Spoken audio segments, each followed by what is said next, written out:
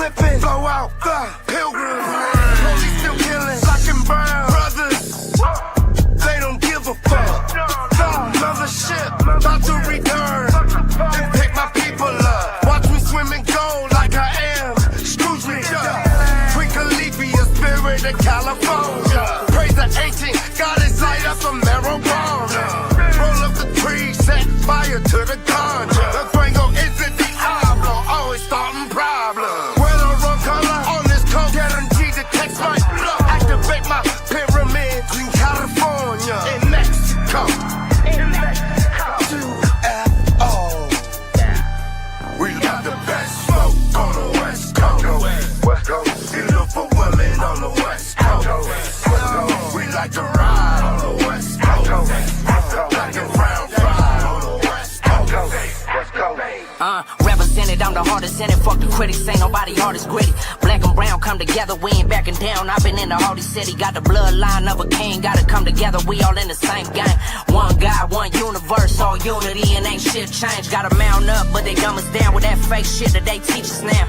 We been living in the belly of the devil, battling so we can make it out. Fuck the politics and the president, fuck the White House till they let us in. We gon' go to war, we ain't hesitant. If they want to smoke, then I'm a hella shit. We the last living of a dying breed. Ain't nobody with the pen as hard as me. Every time I rap it hit an artery. Ain't nobody fucking with my artistry. We the holy guys, we invented time. We gon' send a missile like it's Lebanon. I been eating rappers like it's dinner time. Suckers hibernating like it's dinner time. Best smoke on the West Coast. West Coast. You look for women on the West Coast. West Coast. We like to ride on the West Coast. Like a round ride on the West Coast. We got the best smoke on the West Coast. West Coast. You look for women on the West Coast. West Coast. We like to ride on the West Coast. Like a round ride on the West Coast. We got the best smoke on the West Coast. West Coast. You look for women on the West Coast. West Coast. We like to ride on the West Coast.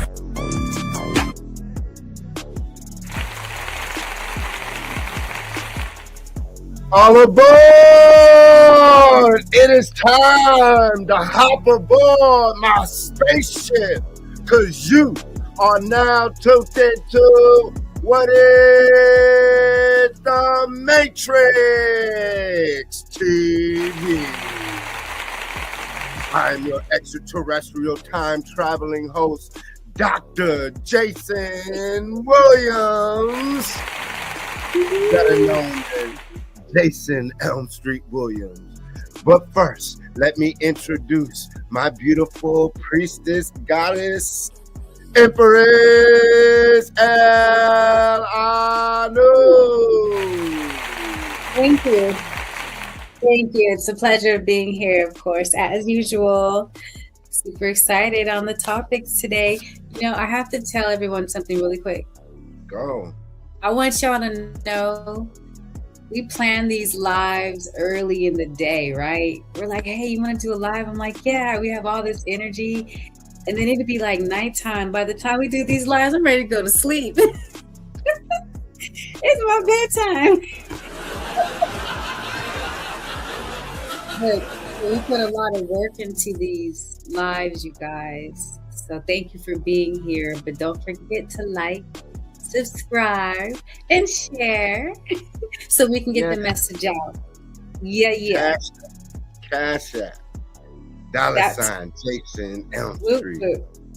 And then you guys can also hit the website www.thematrixuniversity.com, where you can find out about our 501c3, our virtual reality university, and all of our educational innovative programs that bring solutions to the world and to the planet and our community.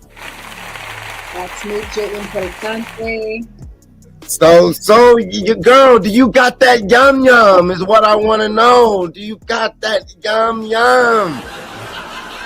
Oh, you got that yum. That's my jam. But you just taught me something I didn't know what that song meant. So disappointing, I swear. We're unraveling this, you guys. We're learning so much about our childhood, huh? So we about to break it up and down. So as you guys know, we're in Riverside County, California, home to ancient Hemet and Kemet, Paris, which is Isis, Temecula, Lake Elsinore, so Temecula, we have a Menifee, we have a Sun City, Raw, we have a now Riverside, we have Corona, the Crown. What else? We have Moreno Valley. Yeah. What else? Quail Valley. What valley? Quail Valley. Interesting. I didn't know there was a Quail Valley. Quail Valley. Wow. We have Blythe, California, where the antiglows are that are found in Peru, the extraterrestrial giant glyphs. What else? We have we do have a Mecca, but just for the record, we're about 35 minutes from Kemet. Yeah. Hemet. Right. We live like that's my backyard. Like we've been out here for over 25 years. Like I can go to Hemet and be back home in the same day. Right. And you can see pyramids. When you guys come to Riverside County, you're going to see desert. You're going to see rivers. And remember, there were so many rivers, they called it Riverside. The Santa Ana River, I found out, is actually really the Los Angeles River. They just changed the name to Los Angeles River. So once again, the Los Angeles River comes up out of the San Bernardino Mountains. So we're talking about the island of California. So everyone watching this show, type in the island of California, and you'll start learning about maps before the dams, before they came in and started creating dams and drying up rivers, redirecting rivers and waters, just like they did down south with flooding towns that you guys hear about. They did the same thing in California and on the West Coast. They would redirect rivers and flood ancient buildings and then create new cities, new directions of water. Once again, to redirect history. So what's really going on with Coachella? What's up with the prices? $3,000 for last minute resale. And just for the record, I went to Coachella a couple of years ago because my daughter had a friend's birthday party to go to.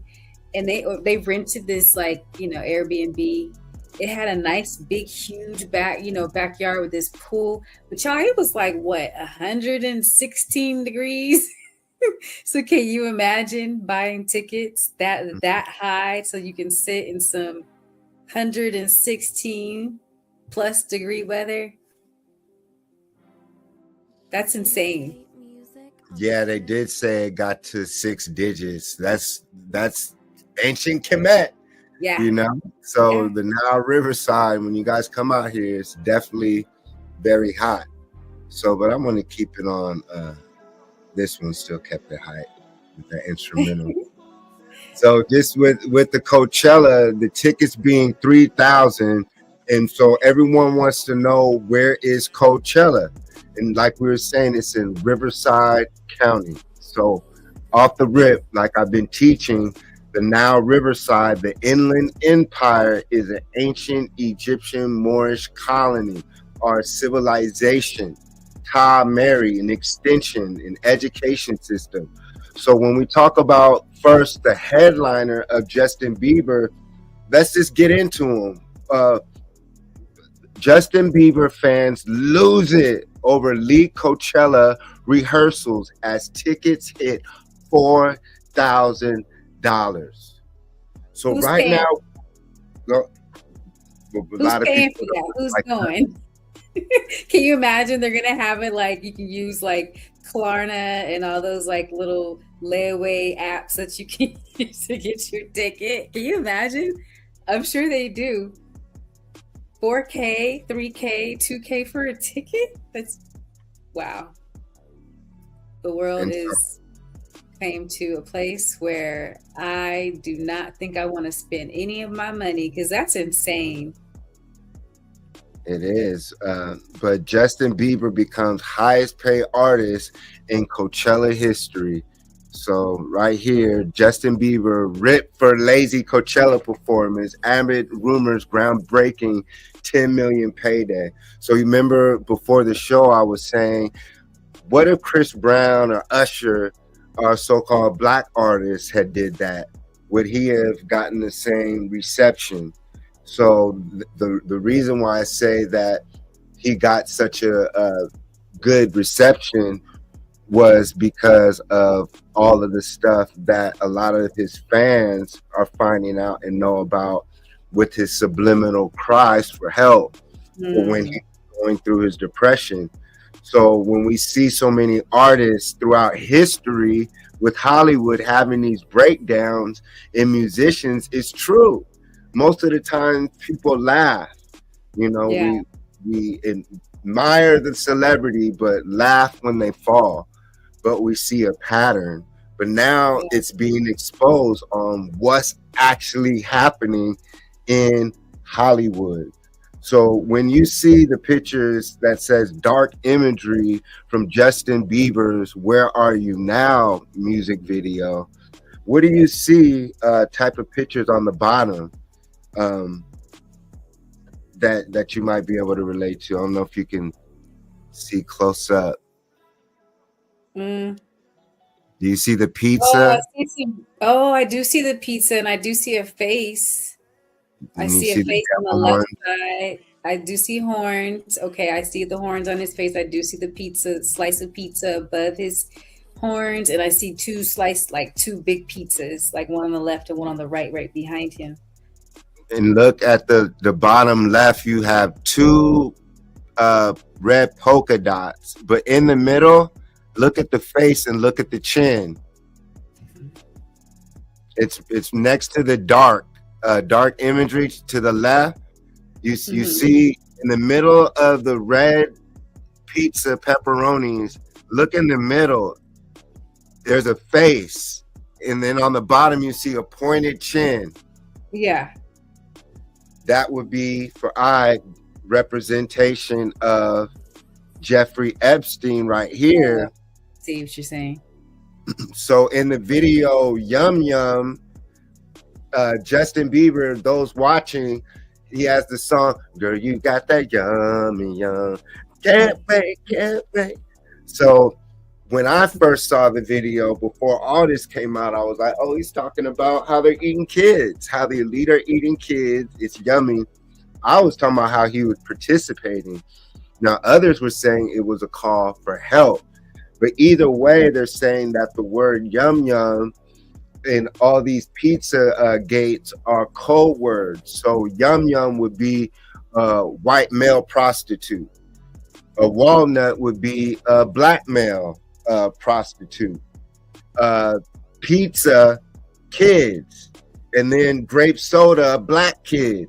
So yes. So just like in music, in art, they have, like we were saying last episode, a muse, where they speak in languages such as art, architecture, hand signals sometimes, and different logos, tattoos on their face.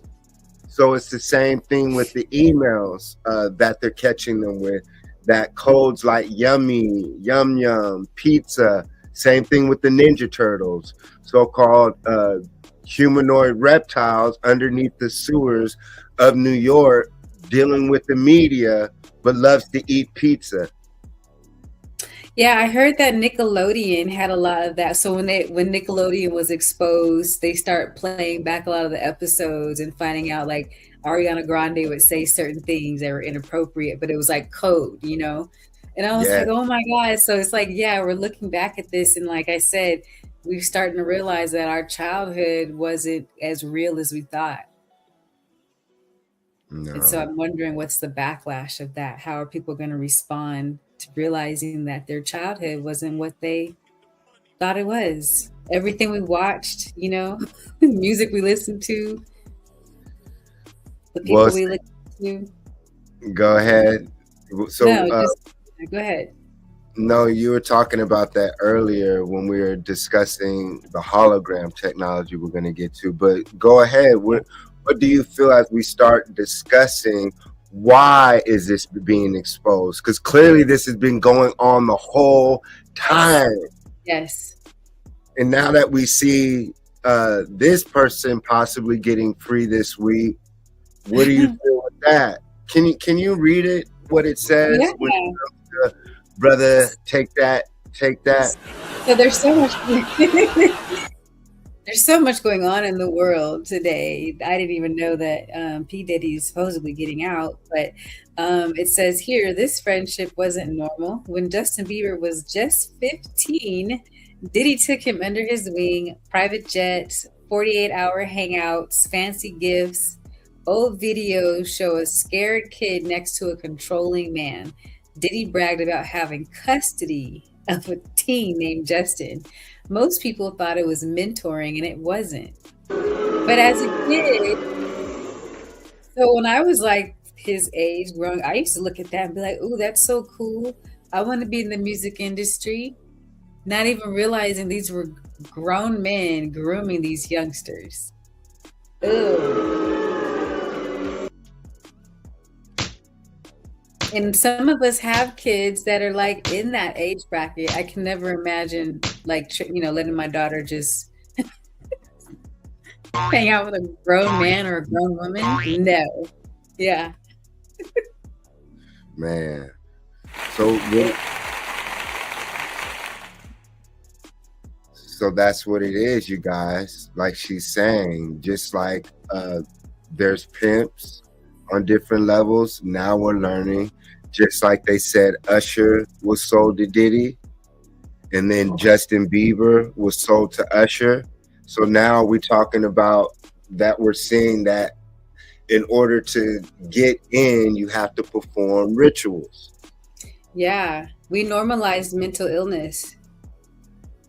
That think about it. We never, as grown, I mean, for me, never put two and two together because I saw it so much. I thought it was normal to see groups or see an individual artist hanging out with their producer, Aaliyah hanging out with R. Kelly. At first I was like, that's kind of odd, but then I was like, okay, well, maybe that's how it's supposed to be. That's part of the grooming process. So not only were they grooming these artists, they were grooming us to think that it was normal. Wow. That's interesting. I wanted to yeah. No, go ahead. Keep talking. No, I was just going to say that's just the psychology. I think that's how they got us. That's how they get us. And so we're all waking up, and that's why all of this is now being revealed, because the people are like starting to put two and two together. We're starting to do our math, I hear you. I'm going to share this as we start the show, and y'all tell me what you guys think as we start going. Let's do it. I look at him like, I say, Jesus. And the next question is.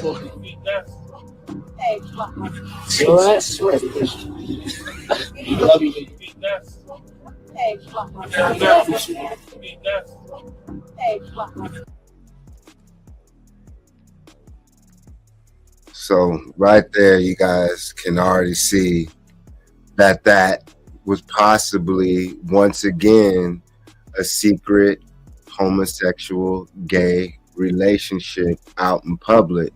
There's a song I was gonna play, but I don't want to get the live streaming flag.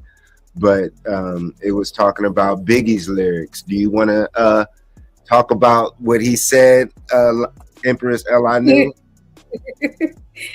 I don't remember. What is he said? Daddy looked so good. I would suck on your. And so yeah, so basically Biggie refers to sucking on a man's penis, and then someone had sent me something how Kanye. I didn't even miss those lyrics.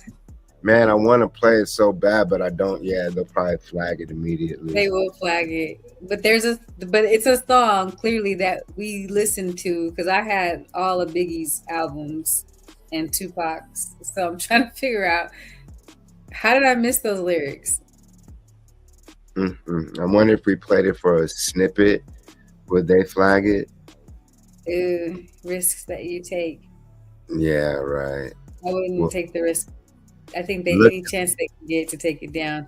Maybe direct everyone, have them listen to the name of the song. yeah, everyone type in suspect Biggie Smalls lyrics. I don't know the name of the song, but I remember hearing it and same thing. So once again, we're talking about basically when we look at our celebrities, they're about to start revealing the truth behind the industry. This is why you see a lot of the hip hop moguls dying, a lot of entertainment moguls dying, because for I is personally going to destroy the industry. What's next? First, just like you said, your childhood heroes, whether it was Hulk Hogan being a racist, whether it was Yeah. them showing you DMX. And once again, DMX, April 9th, Afrika Bambaataa, which we're going to get into. Might as well start getting into that now, too, to link it up. But the whole thing with Afrika Bambaataa, start of April, we were talking about April Fool's Day. So Afrika Bambaataa was accused. It says hip hop pioneer Afrika Bambaataa loses civil case suing him for child sexual abuse. Some people are saying rest in heaven. He is the pioneer of what you would call planet rock, positive, conscious Egyptian hip hop. And then other people are saying rest in hell. Mm-hmm. So once again, there's a brother, you guys can type in Hassan Campbell, Hassan Campbell, and type in Hassan Campbell, Afrika Bambaataa. I was perplexed with the brother Hassan Campbell years ago because I wasn't sure. I was on the fence. But after watching his last podcast, it really touched me, man. Like I said, I wasn't there, but I believe the brother, bro. For a grown man to say that out loud with kids and him saying how the world laughed at him and how he was raped as a kid by Afrika Bambaataa, and he would rape and molest countless of young boys, and that the music industry knew about it, the government protected him, and hip hop protected him. And so Brother Hassan Campbell from New York, he questioned the community, what the F has hip hop really done for Black people? Outside of the illusion, but overall, what has it done to our people? And now that we're finding out that the leaders are wicked, and then portraying an image that is opposite of what they're saying. Go ahead, Empress. No, you were. I was just saying they're corrupt. We're seeing that. We lived a lie. We grew up. We literally grew up under a lie. So we're starting to see that, put it all together, and see what these people have done to other people in the industry. But it's all symbolic. So, you know, when I see these people falling, going to jail, it's all symbolic of what's happening with the system. It's crashing. Everything's crashing. And it's actually rejoicing. We should be happy that this is crashing, because now we can start rising. You know, it's like get out the way. You've been in the way.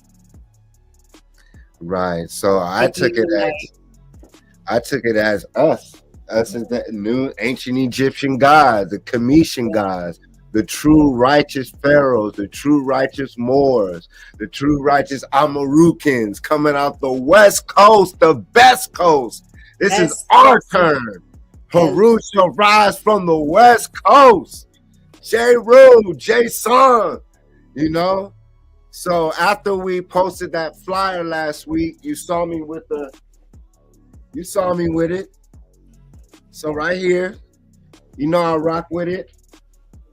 And so once again, I would say that they use these government agents. They use these government agents in place once again to try to destroy the culture, to try to destroy the image of the culture. So we can't once again allow a man and a person to circumvent the energy of who we are as a true culture and the creators of what you would call hip hop. And I don't want us to get lost in the word hip hop. Just like God, Jesus, Allah, all these Muhammad, all these names are word spells. So don't allow the word hip hop to control. Oh, hip hop, that's a freaking word that describes an action of what we do. So we can come up with the word thunder rock or bibbidi bop boo bop. So any word that you use to describe that idea or action, we can come up with. So let's not allow individuals who were protected clearly by the government, because all these artists have to sign a contract to you know who. They have to sign a contract to people who are not, who usually don't resemble us and come from an opposite culture. Let's call for what it is. Usually Ashkenazi Jews are those pale-skinned European Jews. That's usually who, especially the brothers from New York and out here.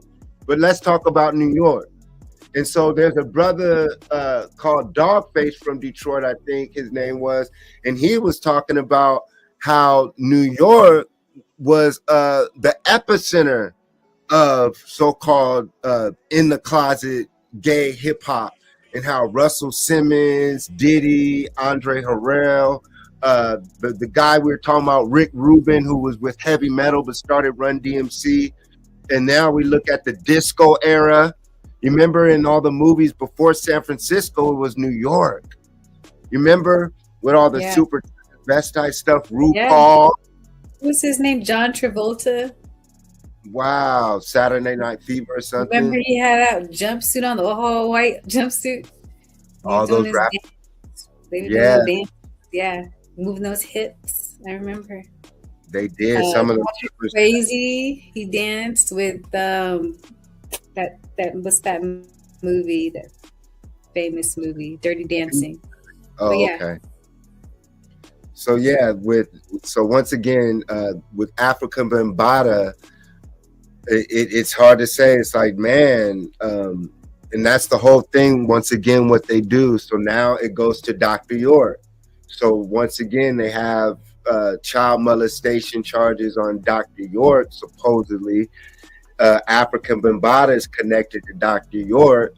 So those who don't have knowledge of self, they'll look at this symbol, or ancient Kemet, or ancient Egypt, and demonize it. Yes. Just like they did with the word ISIS. If a person doesn't have knowledge of self, when I say ISIS, they might think of the terrorist group instead of the goddess Isis, Aset, Mayat, that comes up out of ancient Kemet, Egypt. Yeah. So same thing with Afrika Bambaataa. He represents the Zulu nation.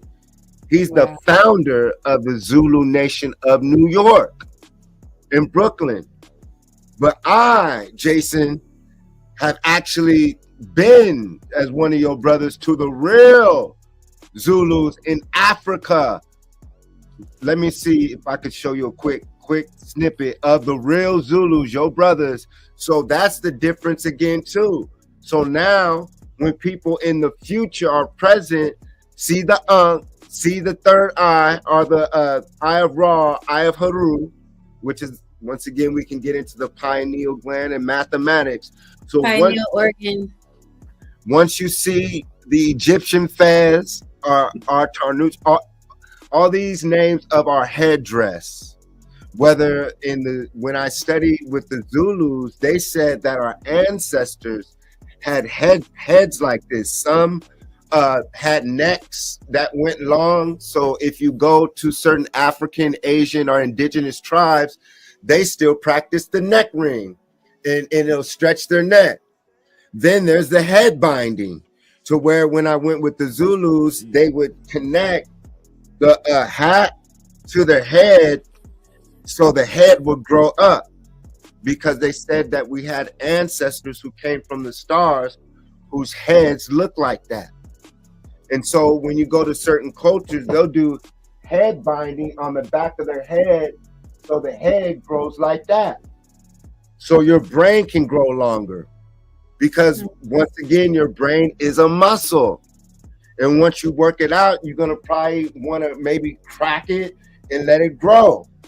So maybe that might be why some of us, I shouldn't say some of us, might be not antsy, but maybe there's an ancient technique that certain priests, when you got smarter or more intelligent and your brain grew, there might have been a procedure that allowed your brain to grow further. And like me, I got a big old head. So I'm just saying, this is just maybe freestyling, but basically, what if that's what that was? So basically, when I was with the Zulus, they had helmets or hats that were shaped like this. It would go out. And basically, they said that the ancestors had said that. And then you remember the flat top. So when you go to Kemet or Egypt, certain pharaohs have flat tops. Certain people have afros, dreadlocks, bald heads, all representing different priesthoods. But let me give a snippet so you guys could see of me with the real Zulu nation in Africa, which today is called South Africa.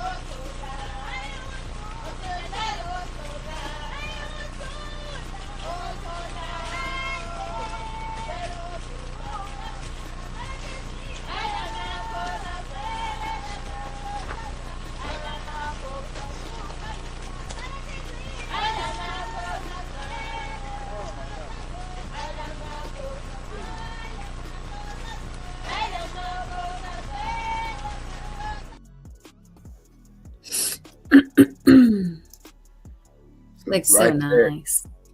So, and once again, we got to start traveling. So once again, do not allow them to distort the image of the true Zulu nation. So when I study with the Zulu nation, the word Zulu means people of the stars. So when you hear the word Zulu, think of people from the stars, because Yeah. I was taught by the Zulu Sangoma that our ancestors are extraterrestrials, beings from the stars, and that the Zulus actually were new. They were different kingdoms and queendoms that came together. So Shaka Zulu, mother was Zulu, and he came from another tribe. Now, don't start quoting me on that because I got to remember. But they took us to so-called Shaka Zulu's hut. And then once again, that's when they teach you, brother, the Christians came in, destroyed the land, These made us go to war with each other. Then they come the next generation, as they said, yeah. And so I'm asking them why they still in huts. And they said, they laughed and they said it's because of the so-called pale-skinned Europeans, the white man. And this isn't anything racist to those watching. This is what I learned. So they said that the so-called, and let's say colonization, through colonization, they're not able to develop their land the way they naturally would, using their natural resources with the cultural mind. The way we see a lot of Africa being developed now is still with a Western philosophy and a Western approach and mind state, and feeling like the so-called white man's version of how you should go about conducting yourself in business is the way to go, which we see changing on the continent of Africa, one of our motherlands, of course. So with the Zulus, they also said that our ancestors were dolphins. So once again, go look up the Zulus and how they talk about us being related to dolphins. Coincidentally, dolphins are mammals. They're not fish. But didn't they teach us that mammals are land creatures? Yes. So, right. So we got to think about that again. There's mammals in the ocean. They use 20% of their brain, if I'm not mistaken. Oh, wow. No, I did not know that. Your humans use 3%. Oh, my goodness. Well, hopefully how you do it. Well, exactly. Yeah, that's once we went to the beach, my daughter was craving the water, ocean. So took her to the beach and she ran out to the water and these dolphins came to the shore. They came up. I was like, is that a shark? And everyone's like, no, it's dolphins. And I was like, oh, okay. And I thought, oh my gosh, that is so cool. I said, they knew you were coming. The goddess was in the water. So they came to her.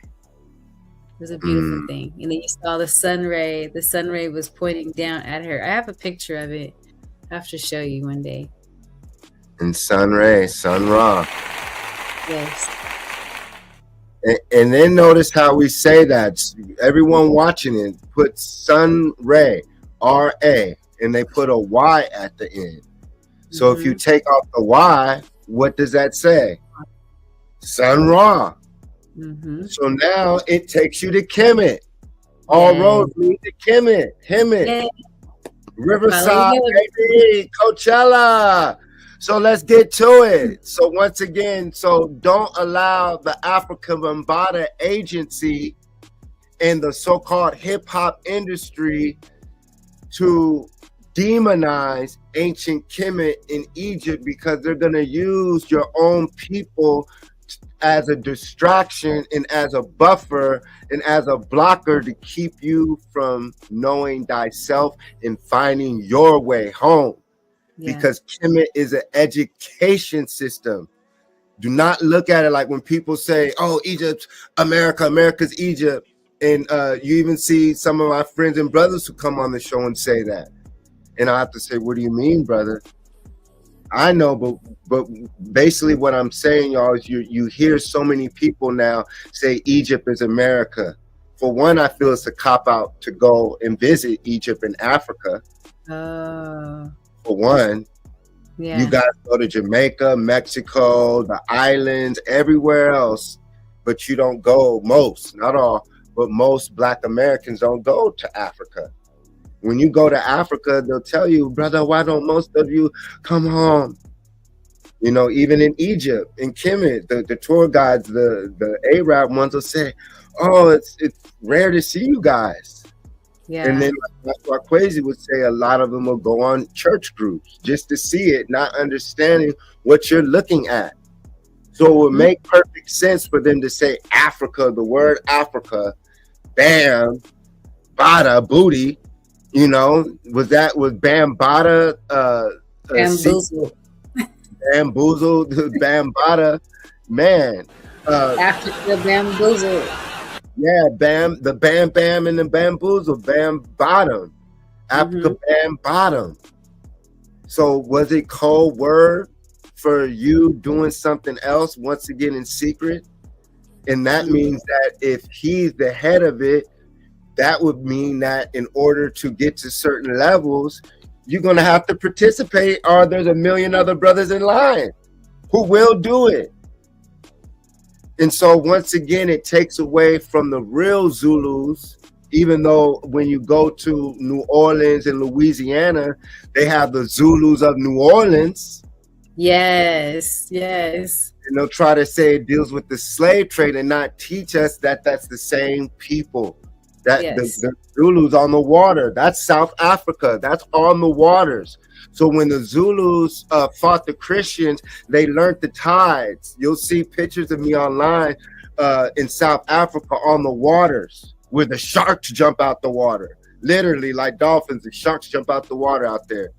And so in South Africa, when the tides would get low, the Zulus, it's like caves in the sand. I have to show you guys one episode. And they would use like bamboo sticks and hold their breath and breathe through the underwater and pop up out the waters and attack the Christian soldiers. So once again, the Zulus went to war with the Christians. And like they said that what did Shaka say? Shaka does not fear anything or something but fire or something like that was the saying. But you guys got to remember, Shaka Zulu and them went to war with the Christians. So that's another reason why. But they said the Zulus in New York were a gang. They were saying that they like the 5%, they held it down. So I'm not sure. I didn't live in New York, so I can't go further on how the Zulus represented.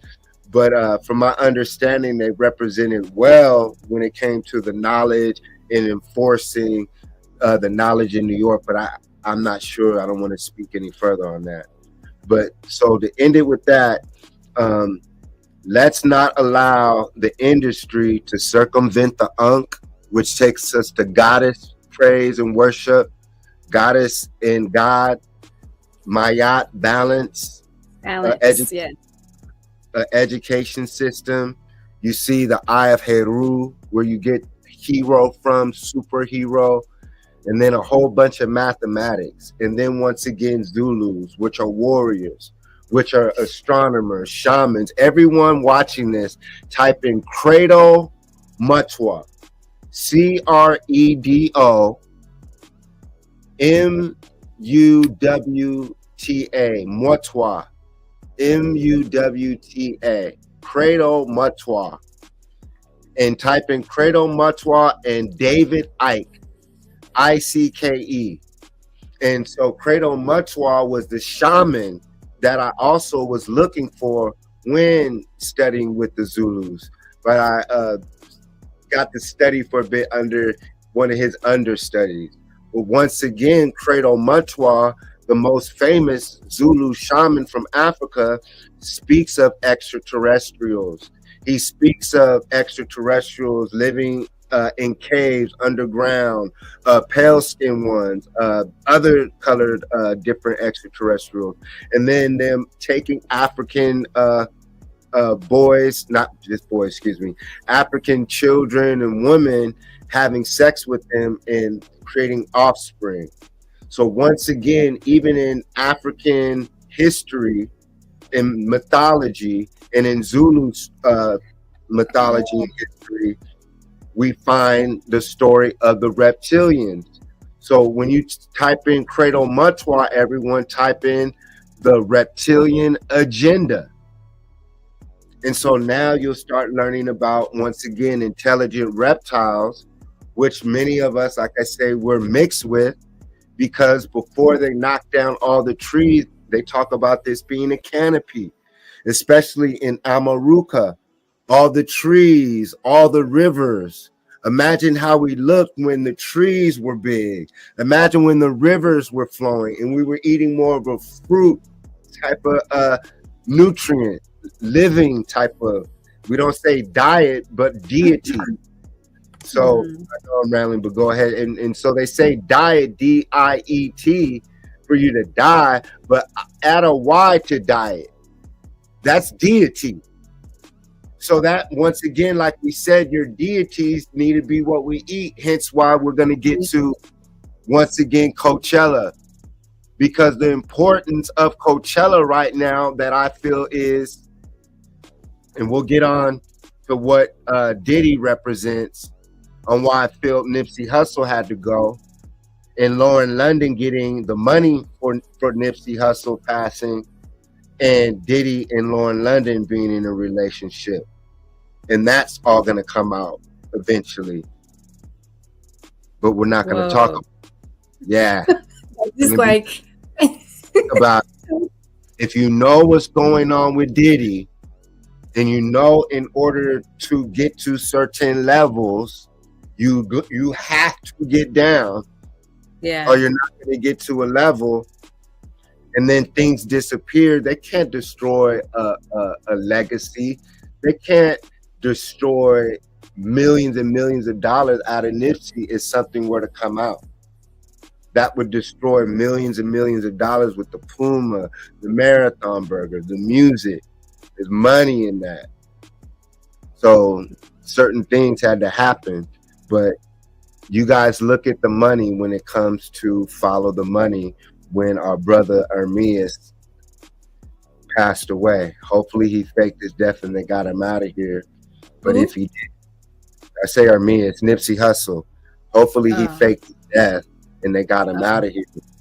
But if not, hopefully things don't come out to tarnish the God's name. But what they're going to do to all these artists is basically, like you're finding out, is trying to show you that the majority of hip hop was the gangster masculine stuff was a buffer for homo thugs, prison culture, sagging your pants. Hence why that came in through really hip hop, with dudes sagging their pants, showing their butt. And what is that? That's gang banging. That's the thug culture. So that's prison culture. Men together for years. And now people say, oh, that doesn't mean, I'm not saying all brothers who go to Penn do that, but we're talking about a culture here. We're seeing a pattern linked to this. Sex. Once again, Justin Bieber kissing on Jaden Smith. You've seen the pictures with Will Smith. I know we just jumped from that to, but so the Afrika Bambaataa now, Bam Bottom, and now here we go with Lil Nas X. So that was the plan the whole time. The whole time was to overmasculate the black man unnaturally, to the point to where the example for a strong black man or more or Indian wasn't an intellectual. It was the game banger. It was the thug. It was the manufactured tough guy who in secret was a homosexual. So it's not saying there's something wrong with being gay or homosexual, because gay means happy, much love. See, and that's another thing they don't want us to be. We're supposed to be gay in the sense of happy. Now they could use this from years now and flip this up, but meaning gay means happy. Homosexual is different. So when you see homosexuals being gay, which is happy, that's the pocket that I feel black men get jealous of. That they're like, oh, the only way to be that happy is if you're homosexual. That's gay. No, nigga, that's him being happy. There ain't nothing wrong with that. But don't make it to where in order for me to be happy like that, it has to be you are homosexual, or a black man or boy has to be homosexual to celebrate life like that. So when you see the LGBT homosexual community celebrating life, I like that. Anyone should be able to celebrate that. But why isn't it cool for black people or Moors to celebrate that like that? Out of love. It had to be hip hop. We had to get the love of thugging and gang banging. Now we're learning it's the culture of the pale skin, or the shouldn't say pale, let me stop saying that. It's a culture, an ancient culture of sodomy, Satanism, of just like the 300, the movie 300, the Greeks and Romans, how they were fucking each other. Excuse my language. They were men having sex with each other, because just like when you have sex with women, it's a bond. So if you're having sex with men, that's why they kept the industry a secret society and so tight, because all the black men were fucking each other. And then after you got as a black man, you had to have sex with a Clyde Davis, the Jimmys, all the white boys. And that's the grandmaster. You get to the top level. So that meant that it might not have been Jay-Z or Diddy. It might have been you had to go see Afrika Bambaataa secretly, and that's why they protected him. So people are mad because he passed away without saying anything. And so now you're dealing with grown men who are hurt. Trauma, bro. More trauma. This is what we go through. This is what our community goes through.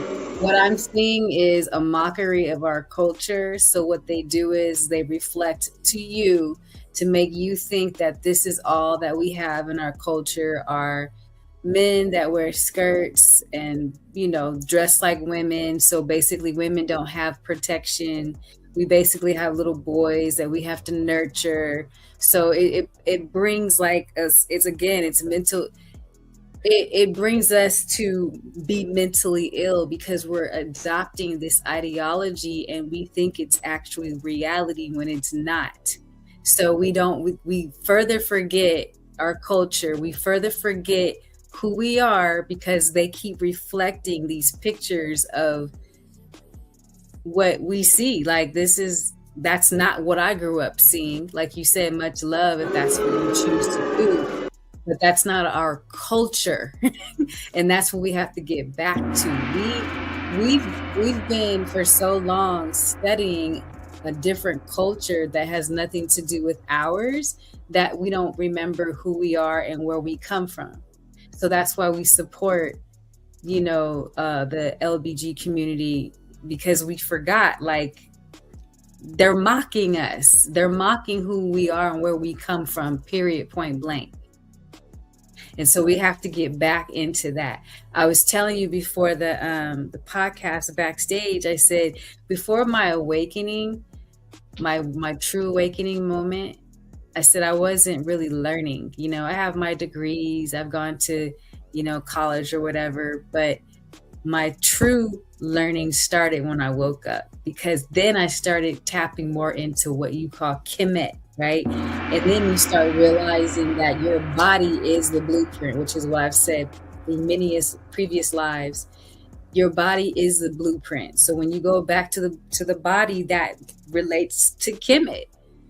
And then you start to remember who you are and what your culture is.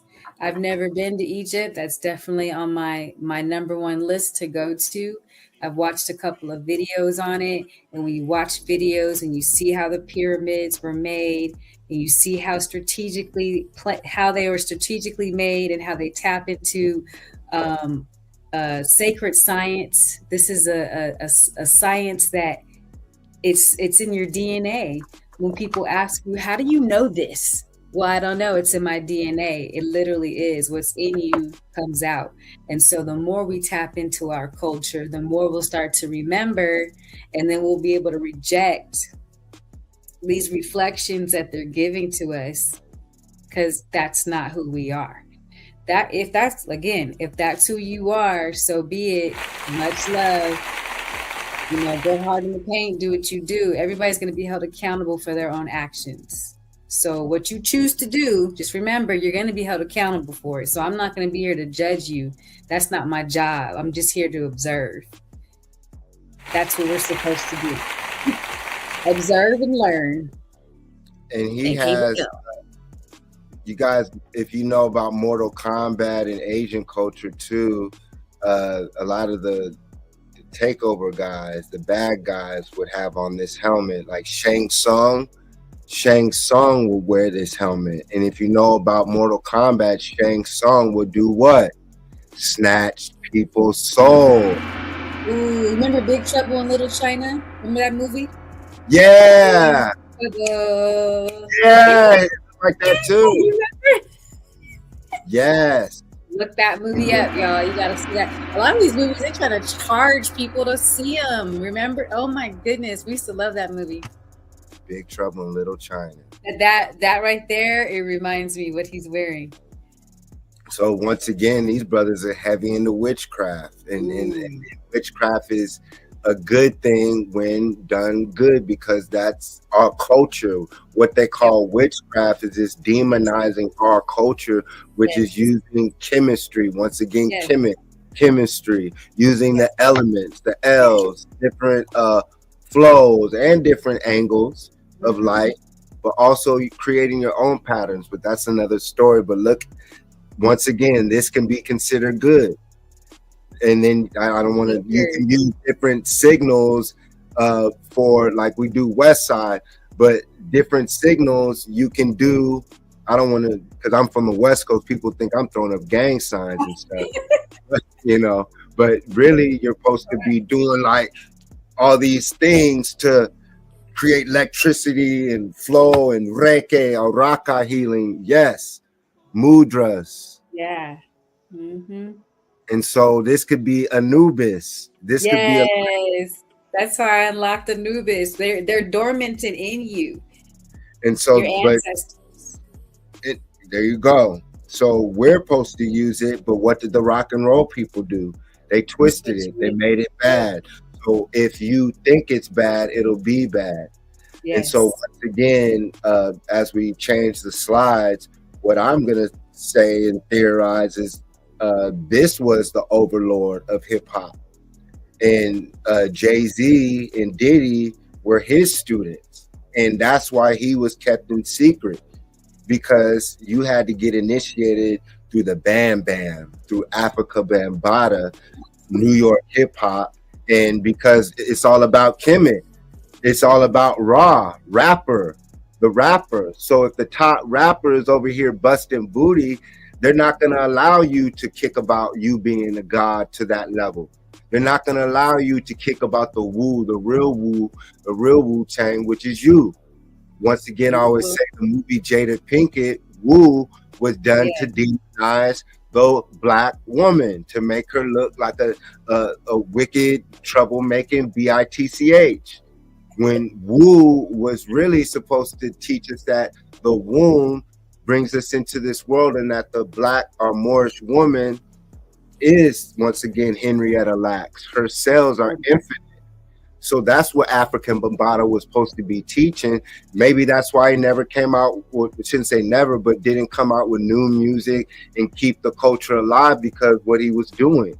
And hence why the darkness, the satanic gangster rap had to come out, because the person holding the gate to the conscious hip hop was doing satanic work. Yeah.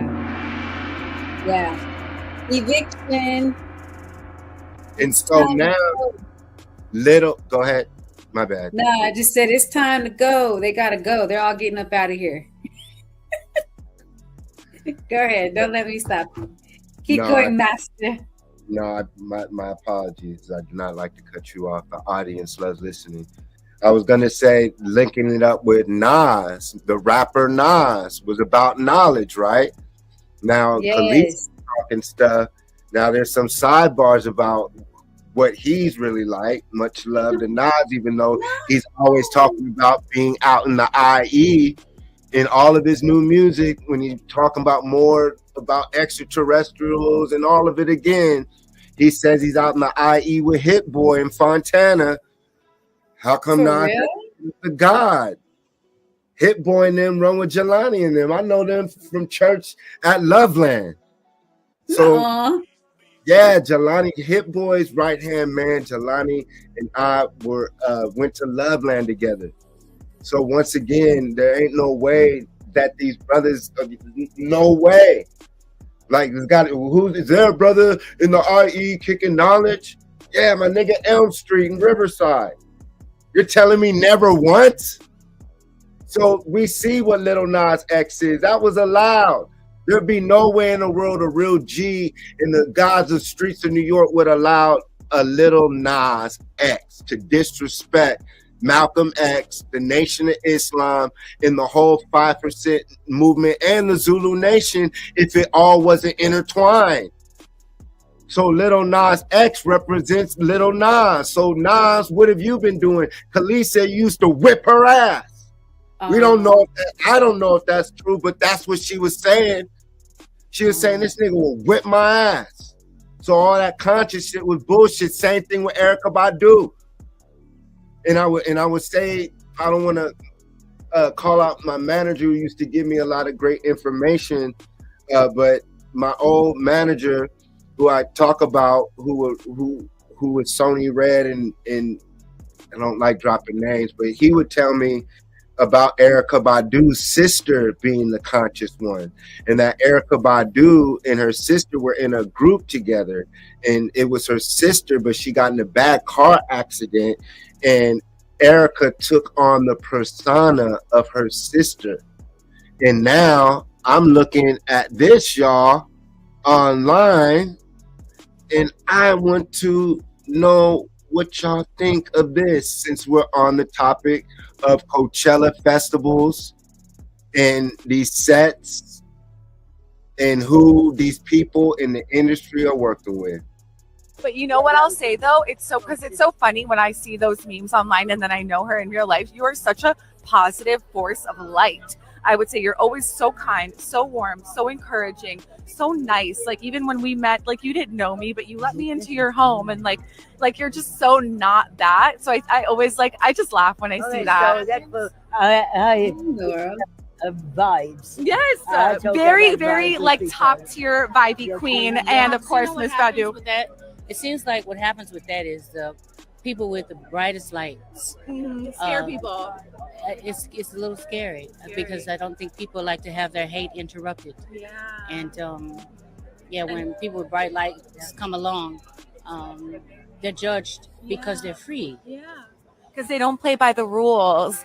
And I think it's also scary when you see someone with so much power that is so an individual, especially if you've been dimming your light your whole life, and then you see somebody and they're just living, and then it makes you want to hate them, I guess, right? I guess that's what these people on the internet are. I don't know, but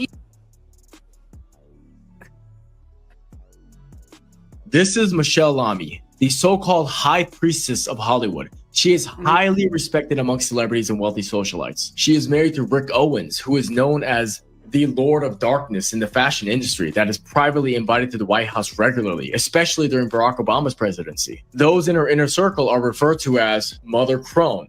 This veiled architect, whose golden fangs and ink-stained fingers has the role of allegedly bonding the souls of the elite for the purpose of connecting their influence. And it reeks of ancient pacts, pagan bloodline rituals far darker than mere couture and shock value on the red carpet. Madonna, Sharon Stone, Joni Mitchell, Al Pacino, David Lynch, Lenny Kravitz, all the glittering vessels of the industry. Why are they all drawn to this woman like moths to her black flame? Lamy and her husband own Owens Corp, founded in 2004, an empire of shadowy cloaked garments that frequently dress all of these Hollywood stars. Kim Kardashian, Rihanna, A$AP Rocky, on and on. And the reason she is so feared and revered in this industry is because she does not merely dress the stars, she initiates them.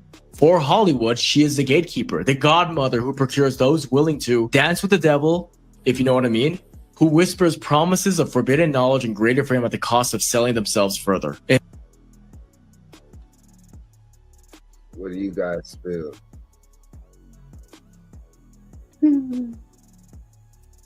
What do you feel when you see that?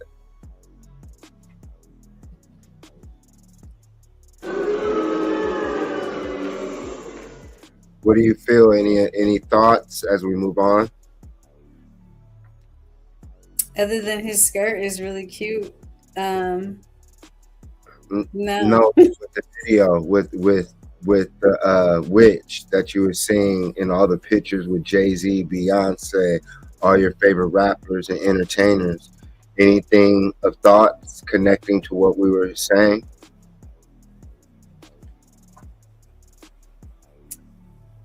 I mean, if there's a witch that's always around them, that means that person has been, they're time traveling for sure. Let me see a picture of that lady again. She looked kind of creepy.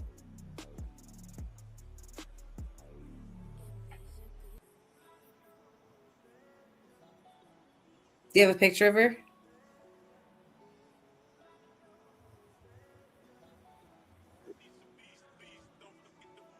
That was fine. Yeah, I'll play it one more time. Okay, her, Afrika Bambaataa. Like, you didn't know me, but you let me into your home, and like you're just so not that. So I always I just laugh when I see that. So that's vibes. Yes, very, very top tier vibey queen, and of course Miss Badu. With that, it seems like what happens with that is the people with the brightest lights Scare people. It's a little scary because I don't think people like to have their hate interrupted. Yeah. And when people with bright lights come along, they're judged. And then I'll play this one too. Yeah, she looks like a Yo, vampire. fuck Rick Owens. I don't feel like we should be wearing shoes that are represented by two guys kissing. The guy who owns Rick Owens is fucking gay. I'm just not wearing it, bro. It's pushing the wrong shit and it's pushing the wrong message, bro. Fuck designer clothing. They're charging us $500 to $2,000 for shit they make in another country for like fucking $3. We're all getting fucking scammed. People coming on this internet. Oh, I got Rick Owens. Oh, I got all this. Fuck you. This is what you're wearing. You're wearing a shoe that was made by a guy who kisses his mans and his wife look like the fucking devil. This shit is demonic, bro, and it's not a fucking flex. How come they can't make sneakers that represent God or represent something positive? Every designer brand is fucking demonic, and it's owned by a higher force who does shit like this. And this is the agenda they want you doing. Wake the fuck up. I don't know why the fuck we still doing this. Yeah, I have to second that. I worked for Nordstrom, like I said, for several years. And I crack up on the clothes that they sell for like $1,500. And it looks just like how that lady was dressing. But she looks kind of like, her skin kind of looks fresh still. She looks like a vampire. You're check it out, family. 2026. I told y'all the veil is gone. And now we got rappers popping out, shake shifting on stage, and this is recently at the Coachella event, man. I don't know what rapper this is. If y'all know, let me know. But I'm from the grave. Shit is crazy. You're check. So I don't know if that one was. They might be pushing it, but you guys don't know with the lights because they're saying even on the Taylor Swift. Guys, type in Taylor Swift. Taylor Swift fans say that they have memory wipes of timeline lapses leaving Taylor Swift shows.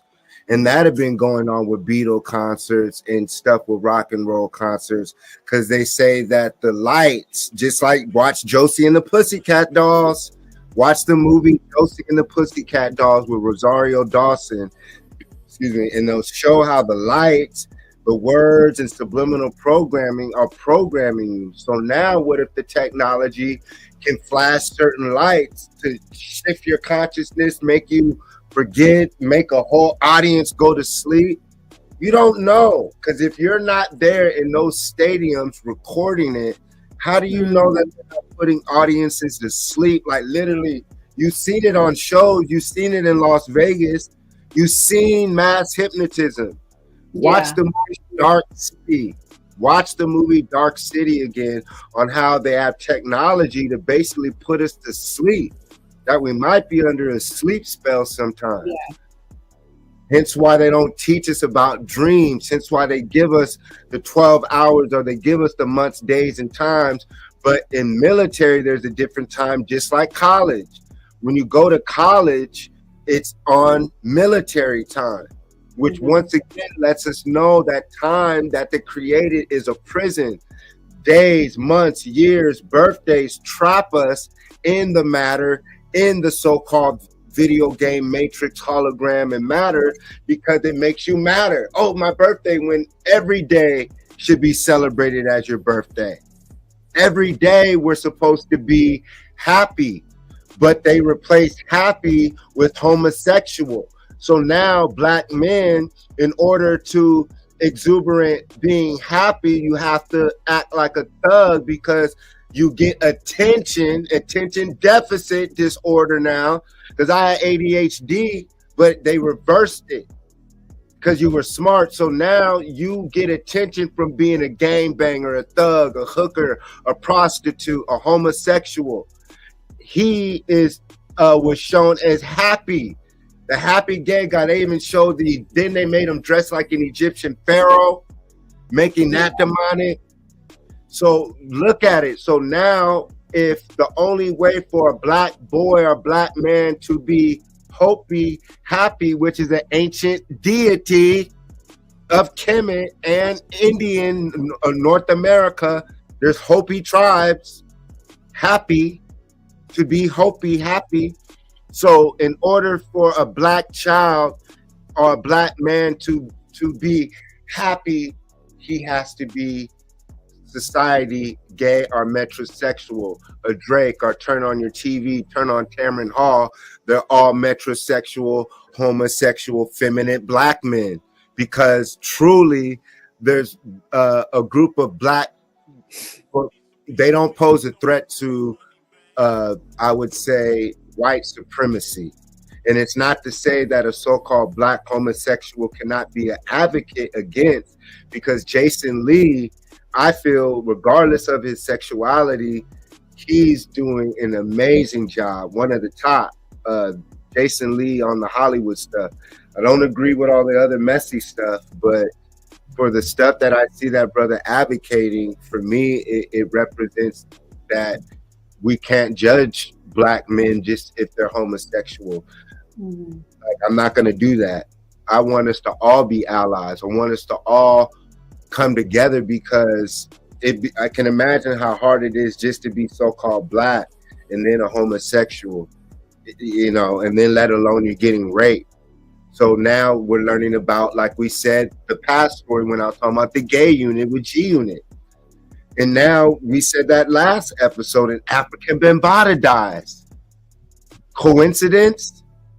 So now, once again, so with these shows, what if they're putting people to sleep? What if so example, when I was a substitute teacher in Moreno Valley Unified, I was at the, I don't like saying names, but the Bayside school, it was a continuation school. And one of the kids put on Keith Chief. And they put on who? That song called it was a something I don't like, something I don't like, picture something I don't like. And the students put that on and they started fighting. And so that I noticed, I said, anytime it's normal, the kids can listen and they'll be fine. They put on that Chief Keef, boom, instant fighting. So it lets us know that clearly, like we said the last episode, just like heavy metal and rock and roll, they put subliminal messages. They put stuff in the food. So this Lil Nas X is an example of what they want black boys and black men to be in the future. And that means they use Afrika Bambaataa, Diddy, and all these other black hip hop moguls and homo thugs that portrayed to be gangbangers, thugs, tough guys, but truly were using that to hide the fact that they were Lil Nas X, therefore circumventing the energy of the real gods, the real leaders, and there was even a book that they said Malcolm X. And so it just gets to, like you said, Lana, what did you call it? Trauma.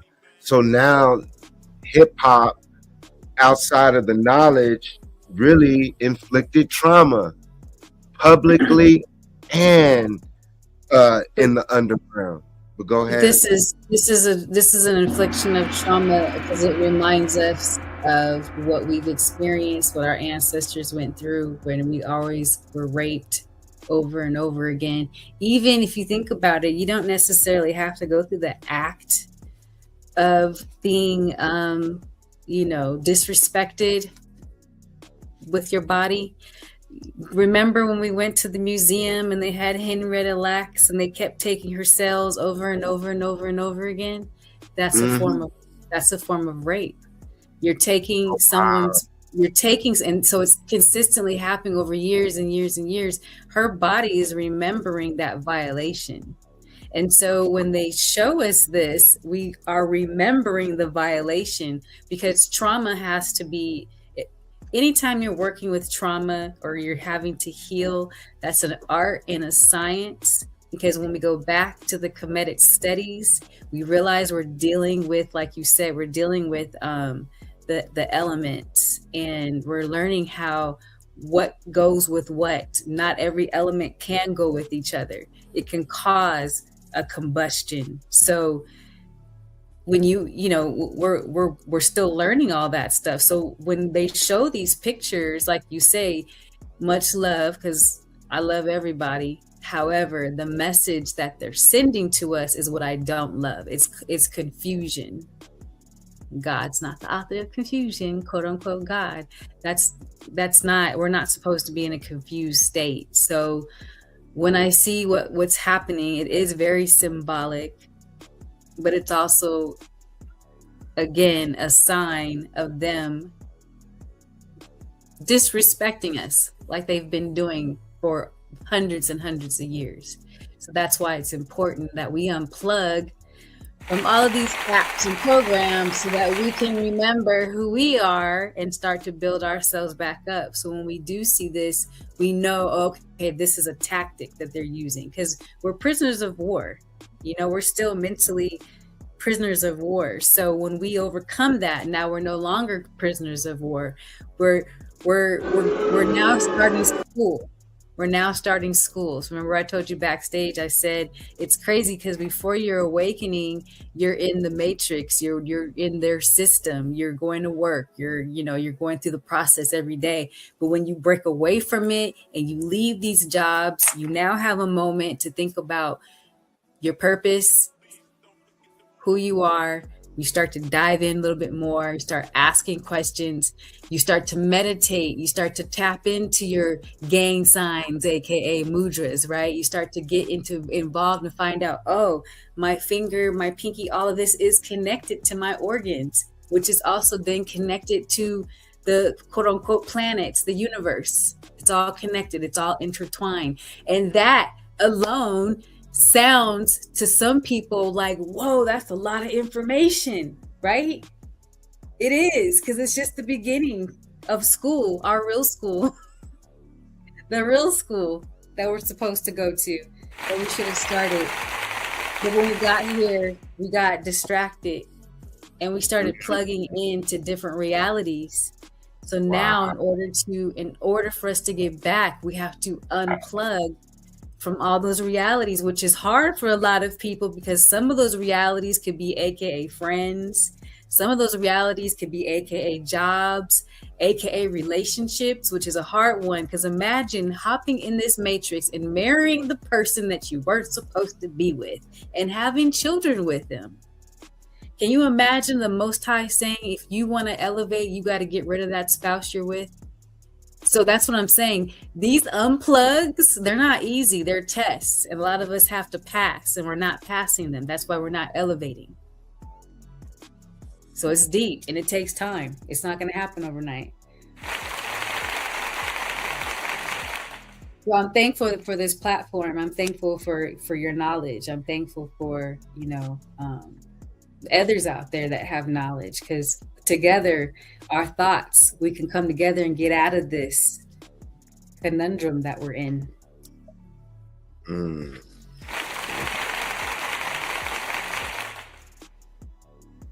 And while you were speaking, I wrote down, you said, when we got here, we forgot.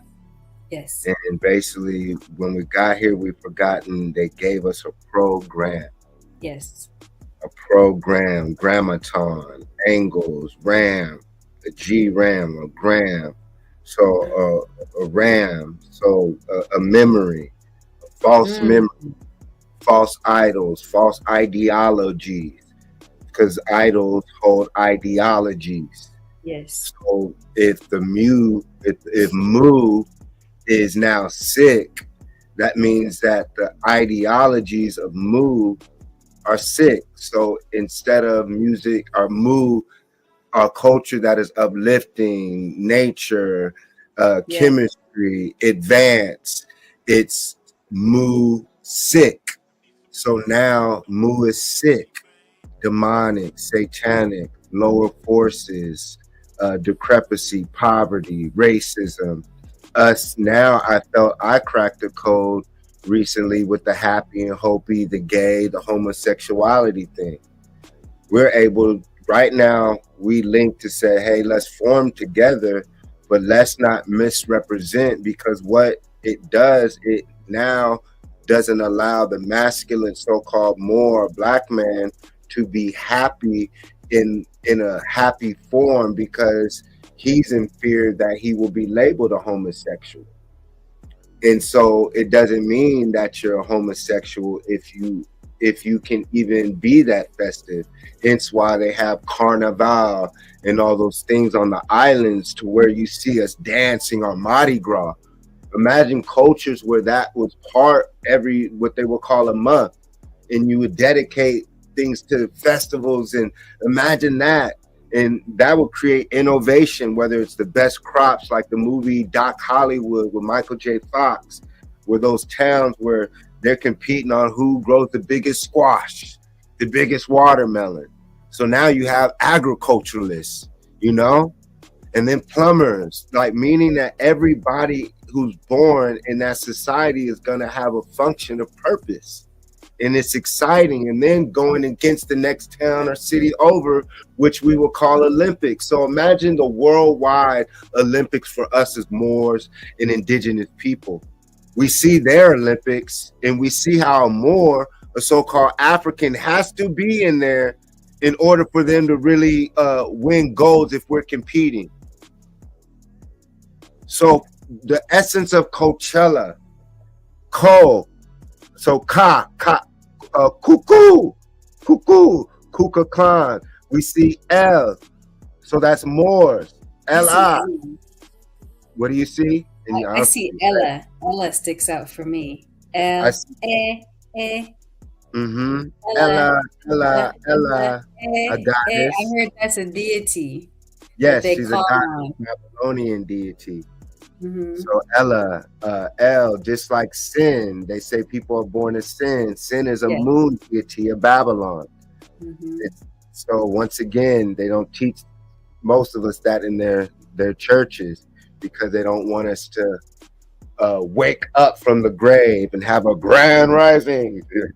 So that would be the holistic healing. The holistics is learning about the whole versus half, which is what you were saying. Especially being on the west side, we only get a Western learning. We only get half of a perspective versus the whole perspective. Heaven forbid you get the whole perspective. Then that's when you grow up and figure out who you are. Hence the reason when you're born, they only want you to write with one hand and not the other. So most of us are right-handed, and so we operate on the left side of our brain. But they don't want you to they don't want you writing with both hands, because now you're functioning off of both sides of the body and the brain. So, which confirms that we're multidimensional beings, because we're supposed to be fully using both sides, which makes us balanced, AKA Mayat, right? That's what makes us balanced. So as long as we're off balance, can you imagine walking on one side and not walking on the other? Someone has ever experienced vertigo? It's not a very good feeling. You're off balance, and that's how we are. We're literally drunk. Okay, you see someone who's drunk or inebriated, aren't they off balance? That's how we are. We're literally drunk walking around here. We have no balance. So because right now we're only we study mostly Christianity. Christianity is a European religion, right? So we're not, if we don't study anything other than Christianity, how would we know anything else? How would we know any other culture? We wouldn't. So we listen to and just allow others to tell us who we are, which is so wild, because I swear as a kid, I used to have all these things that I'm now getting the answers to. I used to question as a 3-year-old, a 4-year-old, a 5-year-old, a 6-year-old. But as time goes on, when you're raised into church, right? You're being indoctrinated. So you can't ask questions because they're going to tell you a bullshit answer. If God wanted you to know, he would have told you. And you were like, okay, that's cool, you know. But deep down in our soul, we're like, dude, there's more to this. I remember as a kid always saying there's more to this. So with all of that growing up and all of those feelings, and I'm sure a lot of you can relate to what I'm saying, imagine, fast forward, we're here now and it's being exposed that everything that we ever believed is now a lie. So I say, most of us, well, let me back up. We all have to now act with more care and love, because there are people right now that are experiencing severe depression because their reality is being shattered. Hence the reason I say it's imperative that we heal, because if we don't and we keep running from it, woof, can you imagine what it's like? You know, brushing things under the rug your whole life, and now that rug is piled up, and you can't, when you brush something under the rug for so long, eventually that rug is going to start to show the dirt, right? So you're going to have to face the music, because we're coming to a point where whether you're ready to face it or not, you're about to face it. And if you can't accept what you've been lied to about, and accept the fact that you've been in a bad, abusive relationship, and now it's time for you to heal and start learning to love yourself, it's not going to be a pretty place to be. Hence the reason I believe you're saying it's time to get up on out of here, because it's going to be chaos. It's going to be chaos. But there was already a man in Menifee, and rest anyone who's passed away, just, much love to you and your family, and happy transition to you. But the minute I heard that a man was found hung in a park, and some young kids found a 48-year-old man hung himself in a park in Menifee, California, the first thing I thought to myself was, you don't know what people are going through right now. You don't know what people are experiencing. He was 48. Imagine having a 14-year-old tell you they don't want to be here anymore because they don't know what's going to happen in their future. Because they're hearing the economy and all these events that are transpiring and taking place. So we have to be mindful of this, because this is real. Like, people are really being affected by what we're seeing right now. The fall of a system that we now realize was not truthful. Again, being in a bad relationship with someone we thought loved us, and realizing that they were cheating on us and abusing us the whole damn time. So just wanted to bring that to everyone's attention. We have to spread more love, and be mindful of your neighbor. You don't know what people are going through.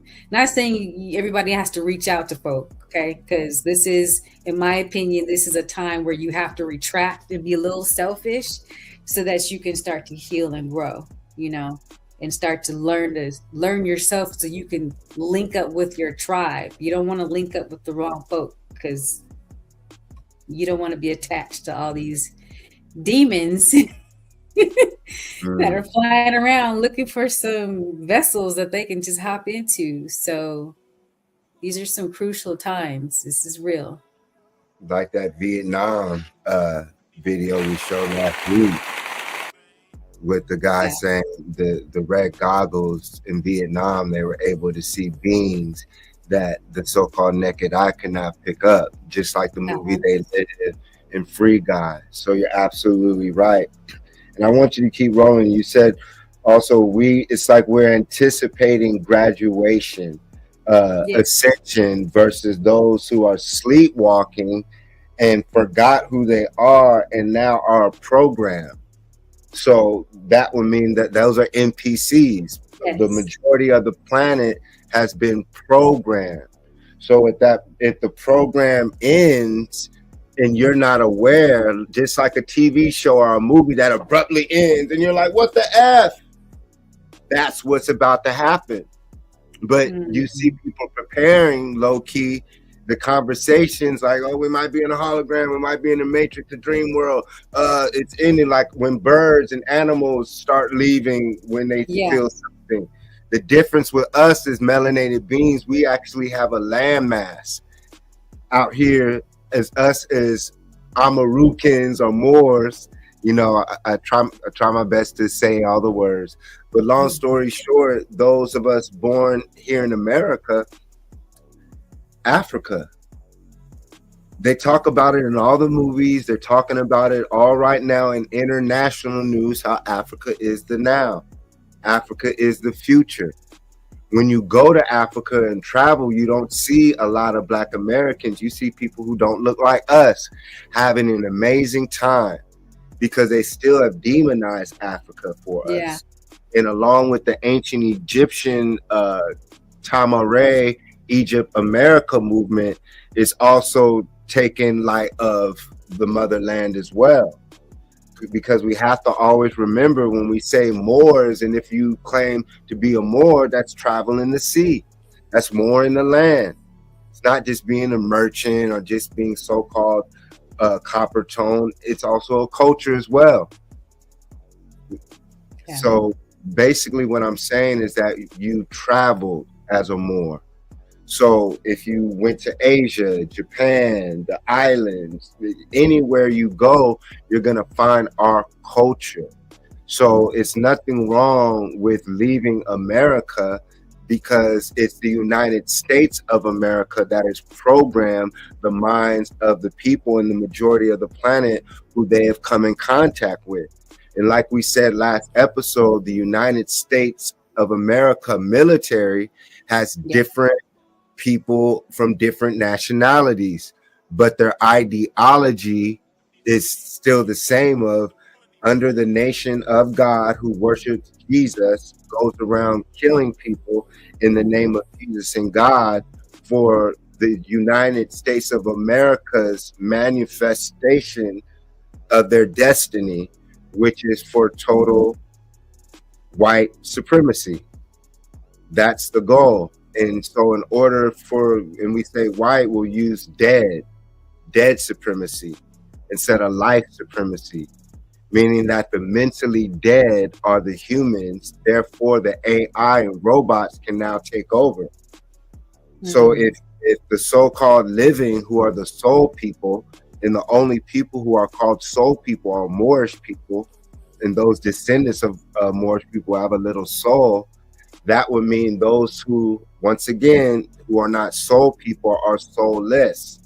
So if people's minds are programmed to look at reality through the perspective of the soulless, this is why, once again, we see hip hop as a representation of the Moors rising, ancient rising, and the Blacker Moor, remember Moor, and then Blacker Moor was the dead-minded Moor. They took off Moor and gave you Black, which is dead, a slave, property, and that's the final outcome. And that's what you see right now with hip-hop. The Black culture is death. The so-called Black woman celebrates the single motherhood, all these things. She doesn't, and then on her defense, of course, she says she doesn't have certain men capable of this and that. It's a war between us now that they've manufactured. So all of these manufactured programs is done to separate us from what is already inside of us, which they call a program, but they call it now God externally. We're using word spells to help you understand something that's already inside of you.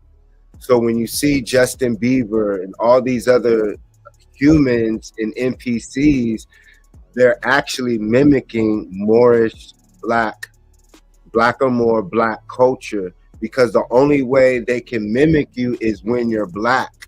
Because if you're doing your Moorish vibration or move, they have to be like you. So that's when hip hop was peace, God, peace of the goddesses, 5% nation. You had to have your knowledge. You had to know Kemet. And so they would have to. So example would be Third Base. The guy from Third Base, the rapper, the Jewish rapper with the glasses, he said that he had to learn African history. He had to learn it just to be part of hip hop. Yeah. So I remember in college what Eminem did. What Eminem did, it allowed for white people no longer to look at the Moors and the gods as supernatural, like them trying to be us because, wow, we invented it. They made the world think that Eminem, a white dude, was the best rapper ever. Therefore, meaning that a black dude's not the best, a white guy's the best. Therefore, the whole hood stuff didn't mean anything. Once again, why other races could listen to hip hop, gang banging music, and it didn't affect their community like it affected ours. Because now they had an Eminem and they didn't have to learn African culture, Moorish culture, knowledge. Now they could just listen to it. And then when they took the soul and the knowledge out of our music and R&B, hip hop, now you get the imitation vampires, the Justin Biebers. My goddess is getting sleepy. So as we ended, I wanted to make it make sense. So as we were looking at the prices, we're at Coachella. I also see hell, and so it's hot as hell out there. Yes. So why Coachella? Well, let's first get to it. Mary Ann Green. Let me do another one. Mary Ann Green. Let's see if I could get a closer. Mary Ann Green, January 8, 2017, was a Native American tribal leader and politician who served as the chairwoman of the Augustine Band of Cahuilla Indians, Cahuilla Indians. Cahuilla. How do you pronounce it? That's Cahuilla tribe based in Coachella, California. Cahuilla. A federally recognized Cahuilla tribe based in Coachella, California from 1988 until 2016 under Green, who was first elected chairperson in 1988. The Augustine Band of Coachella Indians established a tribal government in 1994 and resettled their reservation located in Coachella.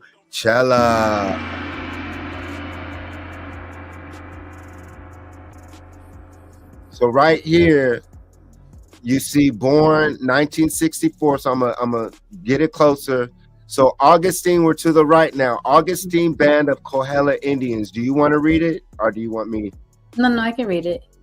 Okay.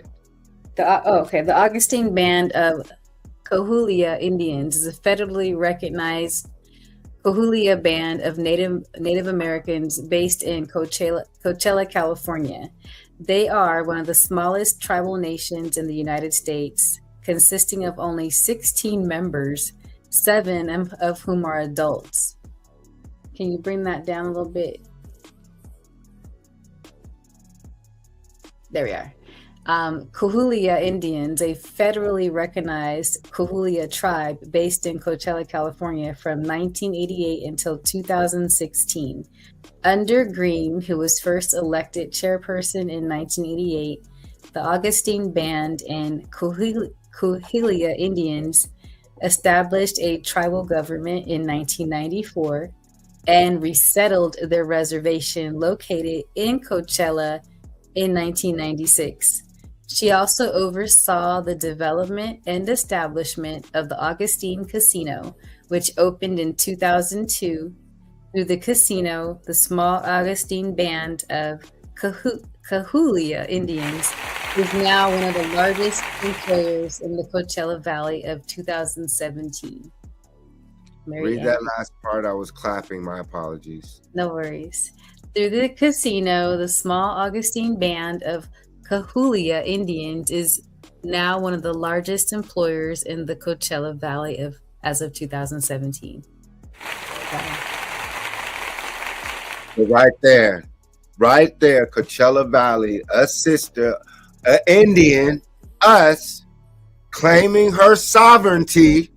Once again, this is why the importance of what we were showing right here, how the Native American, they don't say, let's say Indian, but Native American casinos changed the game and their community. Ooh, so they're about to make major bank. So that's what they do. They allow the Native Americans, the Siberians, the Asians, the migrants who replaced us as the true indigenous people who built mounds, pyramids, created civilization, the old Mecca. So where if Mecca East is the new Mecca, what is old Mecca? It's here. California is Mexico. Yep. And so is Riverside County. Hence why you see covered up pyramids in Riverside County, which is in Hemet. Hey, they're everywhere. Everywhere. These pyramids are literally everywhere. Everywhere I go, I can walk outside right now my door and look, and I'll see a pyramid with a flag on top or 3 crosses. They're everywhere. It's insane. So when you see this picture, South Mississippi casinos see 1.5 billion, think of us. Now, when you see Justin Bieber and Coachella, think how we're supposed to be benefiting economically off of our culture, off of Moo. But they benefit off of Moo being sick because you don't want to claim it, so a troglodyte claims it. They are the face of R&B, making millions and millions of dollars emulating your culture because our people are sick. Mentally ill. So when we have our land and we no longer participate on performing at the casinos in their stadiums and we have our own land, imagine how much money the humans and non-African Moors people will have to spend to come to our land to see the gods perform again. So imagine when there is no more African descendant performing in the NBA, NFL, going to their schools. Imagine, who do you think they'll have to come to our lands, our cities, our amusement parks. And so that's wealth, reclaiming our culture. Yep. So that was the goal of linking Coachella in April with all these deaths going on. And then as we start closing the episode, it says, I'll read it fast. Green was in the middle, it says biography, y'all. Green was born in 1964, years after members Augustine band of Coachella Indians abandoned their reservation in traditional land surrounding Coachella. There were only 11 living members of the Augustine band in 1951, 13 years before Green's birth. She was raised by her non-Coachella grandmother, who was African American. Interesting. So Green was reportedly unaware of her Native American heritage during her childhood and her early adulthood. In 1981, an executive order recognized and established the Augustine Band of Cahuilla Indians as a federally recognized tribe. However, in 1987, Green's mother, Roberto Augustine, the last living member of Augustine's band, as well as the grandmother, I don't know if she passed. So Mary Ann decided to rebuild the tribe and resettle the reservation. On December 29th, 1981, the August Band of Mission Indians was established by an executive order. Green was given elected chairperson from 1988 to 2016. I'm fast forwarding. So, and long story short, under Green, the tribal government, which currently employs 8 people, was established in 1994, and their reservation was resettled in 1996. So long story short, I'll end it with this. Background. You guys can look it up. So it says, according to the interviews, Augustine's elders in winter of 1924, the tribe is of non-Chi-Yim. And we see Chi, Exa, Yim clan of Pas Cahuilla, Francisco Nombre, a desert Cahulio ceremony leader and keeper of traditional clan genealogies, stated that non-Chi-Yim migrated to Coachella Valley around 1860. Their survivors settled in La Mesa, the first land east of La Quinta, California. There, according to Nombre, they became known as Agoston. There are over a dozen passes in Coachella clans, and you could learn about wildcat, coyote, mayotes inhabiting the San Gornio Pass eastwards to Indian Wells, westwards of the San Mateo Mountains and Chocolate Mountains. And study the Chocolate Mountains. They have gold reserves back there. Once again, Moors were back here in Southern California, Riverside County. Go study Mecca, California, and go study the painted rocks of Mecca, California. And when you study the painted rocks and painted canyon of Mecca, you will see that just like Jordan Petra is in the Middle East, the mountains of Mecca, California in Riverside are blasted. They're petrified. So I am theorizing before you hear it that Mecca, California is one of the original Meccas out here on the West Coast. And once again, Indio is next to Coachella. And when you go study Indio, there's Moorish architecture and Moorish festivals all throughout the Coachella Valley. That's because we were already here. So why? Boom, right here. As we close it. The Tupac Coachella hologram. Do you guys remember how they tested the Project Bluebeam in Coachella?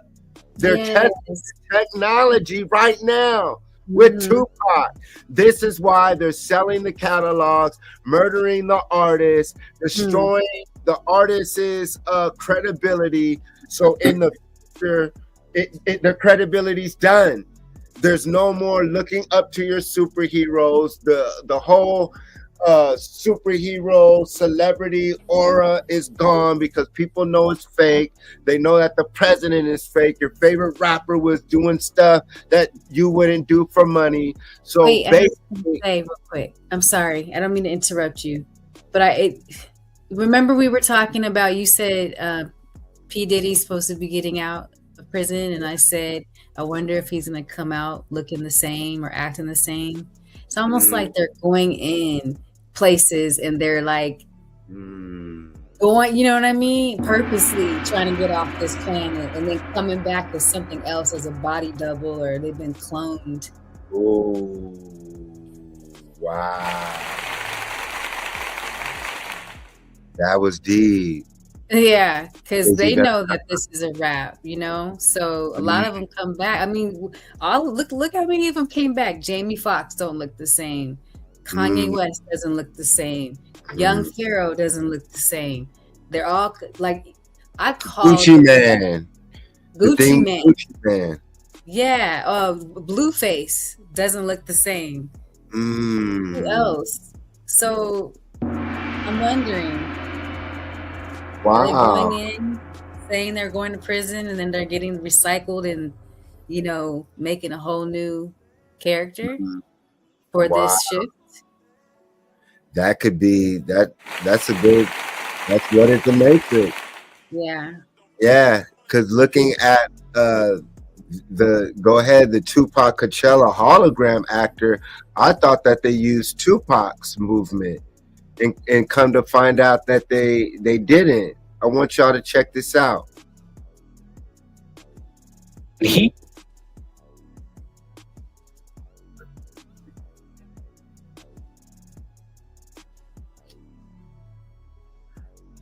Can you imagine being professional Tupac impersonator? Check it out. This is not Tupac. This is Josh, looking a lot like Tupac. It's funny, once he like takes all the stuff off, he doesn't look like Tupac at all. But when he's in costume and playing the character, it's spot on. You know, it's the mannerisms, it's the attitude, it's how you kind of carry yourself on camera. I worked on the Tupac 2012 Coachella program with Dr. Dre. That was a highlight. That was fun times. It's pretty interesting technology because the computer's learning how to encode a face, just like how a JPEG is how you encode a picture, or an MP3 is how you encode an audio file. And you basically have a face encoder and a face decoder, and you're just running one face data set through a different face decoder. So it basically paints that face with the features of a different face. And so, you know, I see a government contract in the future. So yeah, I think we can do this for sure, man. I'm going to need to record Josh in full costume, matching this costume, in a lighting setup that matches this lighting setup on a green screen. I'm going to need to erase Tupac from the shot and replace him with Josh. So Can you imagine being like, your consciousness is so vast and high that you're now on a different like reality or a different dimension, and they're like, hey, you got to go back down to planet Earth so you can perform at Coachella. Wow. Like, think about that. Yeah. That sounds bizarre, but that's low key. They own the likeness, and they say that when you sign the contracts and they prick your finger, if you look also at the small print, it says that they own you for life. They own your voice. So if they own your voice and cells, and you say that you give it up, it's a contract. So that's interesting. Kind of like the movie, what's the Disney movie? Ariel? Little Mermaid. Little Mermaid, yeah. Wow, they use her voice. Ooh, wow. Yeah. On his.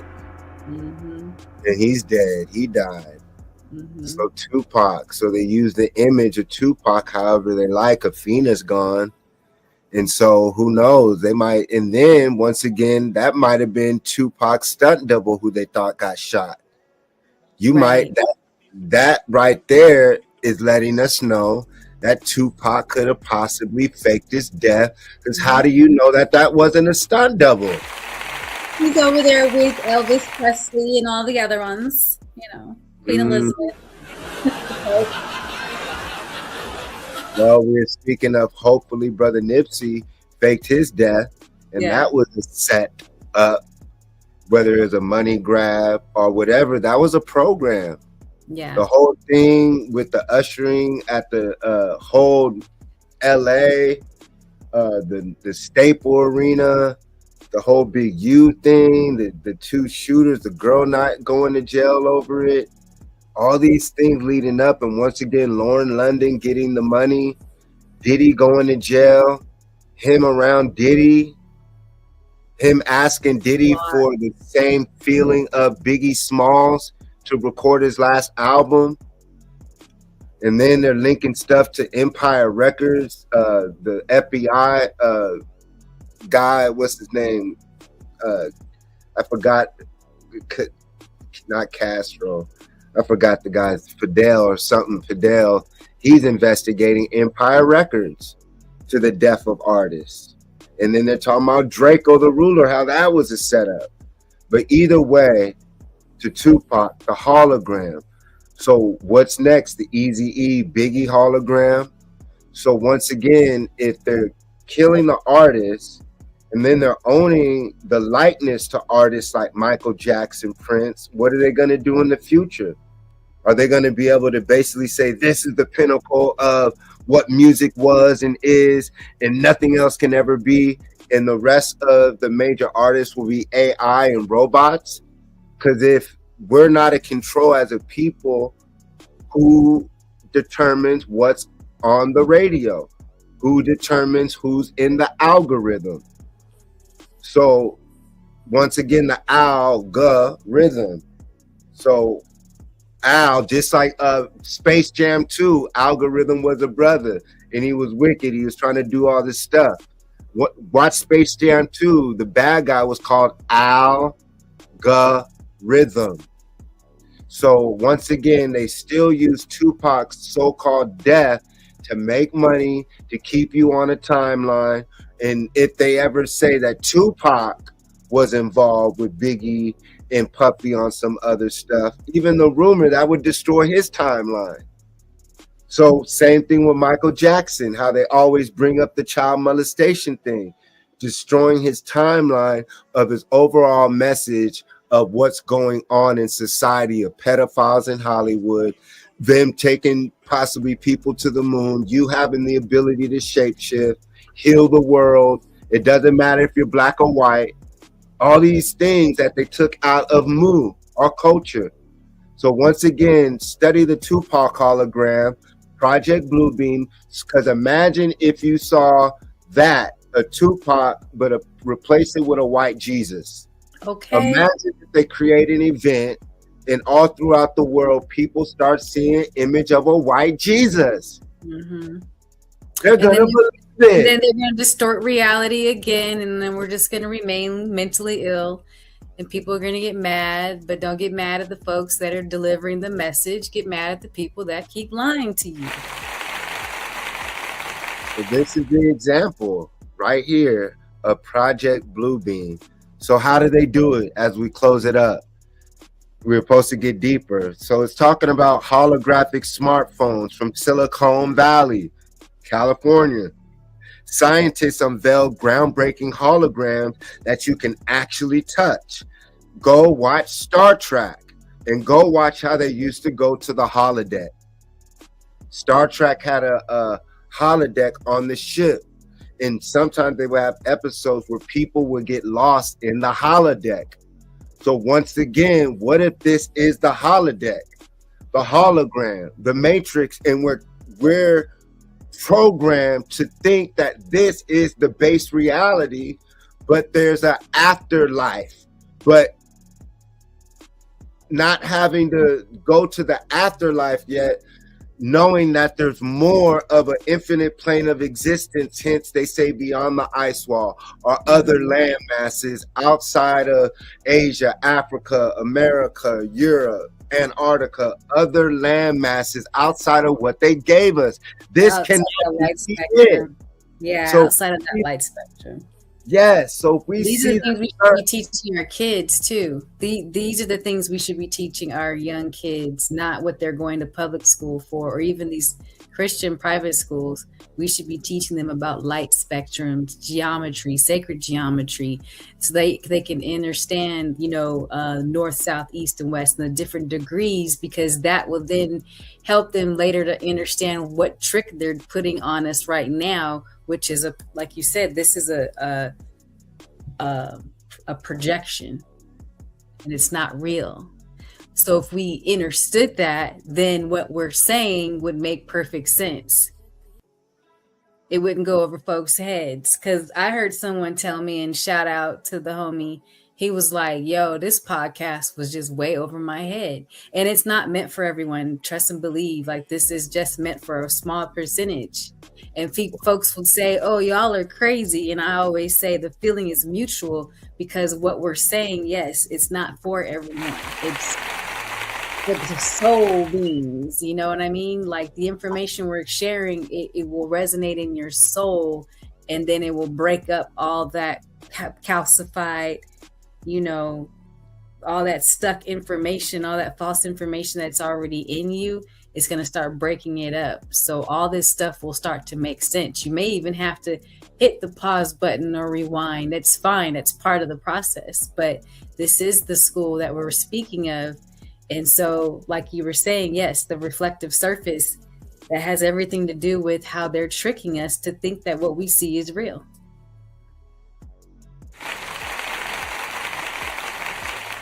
I'm trying to find the hologram in the book real quick. Exactly. You said it perfect even earlier, Goddess. I love when you speak. As we start closing, y'all. Tupac lives in the middle. How to create a life-size computer-generated performer.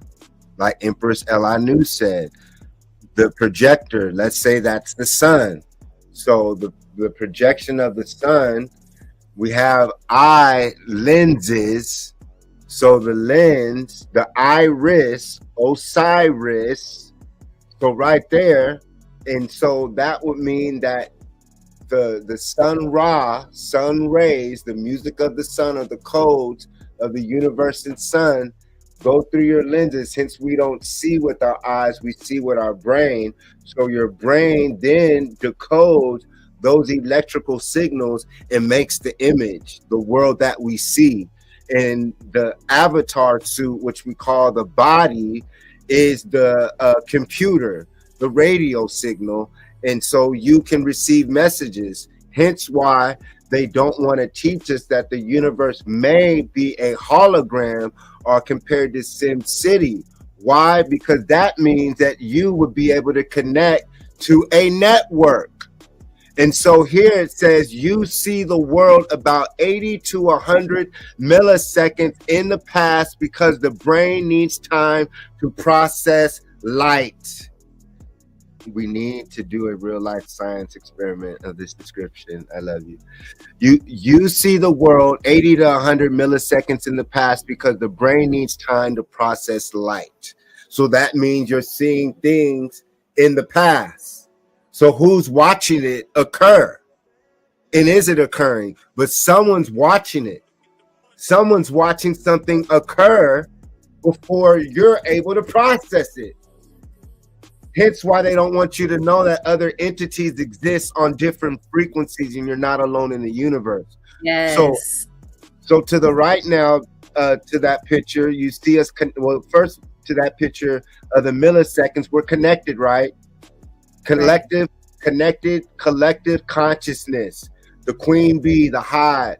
So when we know and connect to our culture, and that's what I said, mushrooms are called cultures. When mushrooms are together, they're called cultures, literally.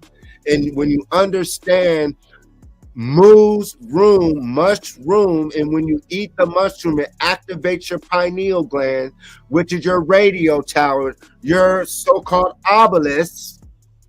You're able to tap into everyone in a frequency. Hence, if you're the most popular artist or rapper on the planet, everyone wants to tune into your frequency. But if that frequency is false, you're on a false ideology from magicians and wicked sorcerers that have you under a mind control spell, a magic spell. Hence words and music. So you're under a spell, and hence the words, Jason, I can break the spell, and hence I can wake the dead. I can literally wake the mentally dead through knowledge, through my voice. And when the collective consciousness spreads, instead of an Afrika Bambaataa, who they would say demonic, are your other artists who in the closet are wicked people, because a lot of artists who rap about gang banging, thugging, and all these things are wicked people. If you're listening to artists rap about that daily, you're getting in tune to demons. So therefore, that's a collective consciousness. Hence why you see Black America, the living dead, acting crazy like the lyrics they listen to. But when the collective consciousness is on spaceships, Kemet, Amaru, answering, like Empress Elanu said, light spectrum, frequencies, having these conversations, that world appears because it exists still. Kemet never died. It never dies. It's infinite. It's not finite. So when we study Heru, Osiris, and all these principles, it's all about you and I, things that are inside of us. Hence why we show this,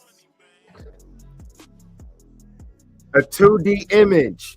So when this 2D image in the temple hits certain lights and tones, it projects our culture, which we will call Kemet, or now they call it Masonry, descendants of a mother. I'm a mother's son, and I'm able to use our culture to build civilizations anywhere on the plane of existence, the planet. So when I project a false idol's ideology, that's what you see, and that's what you did. But when you project your culture, it's wealth. And when you protect it and gate it, no one can vampire off of it. Or if they're going to utilize it, they have to pay taxes.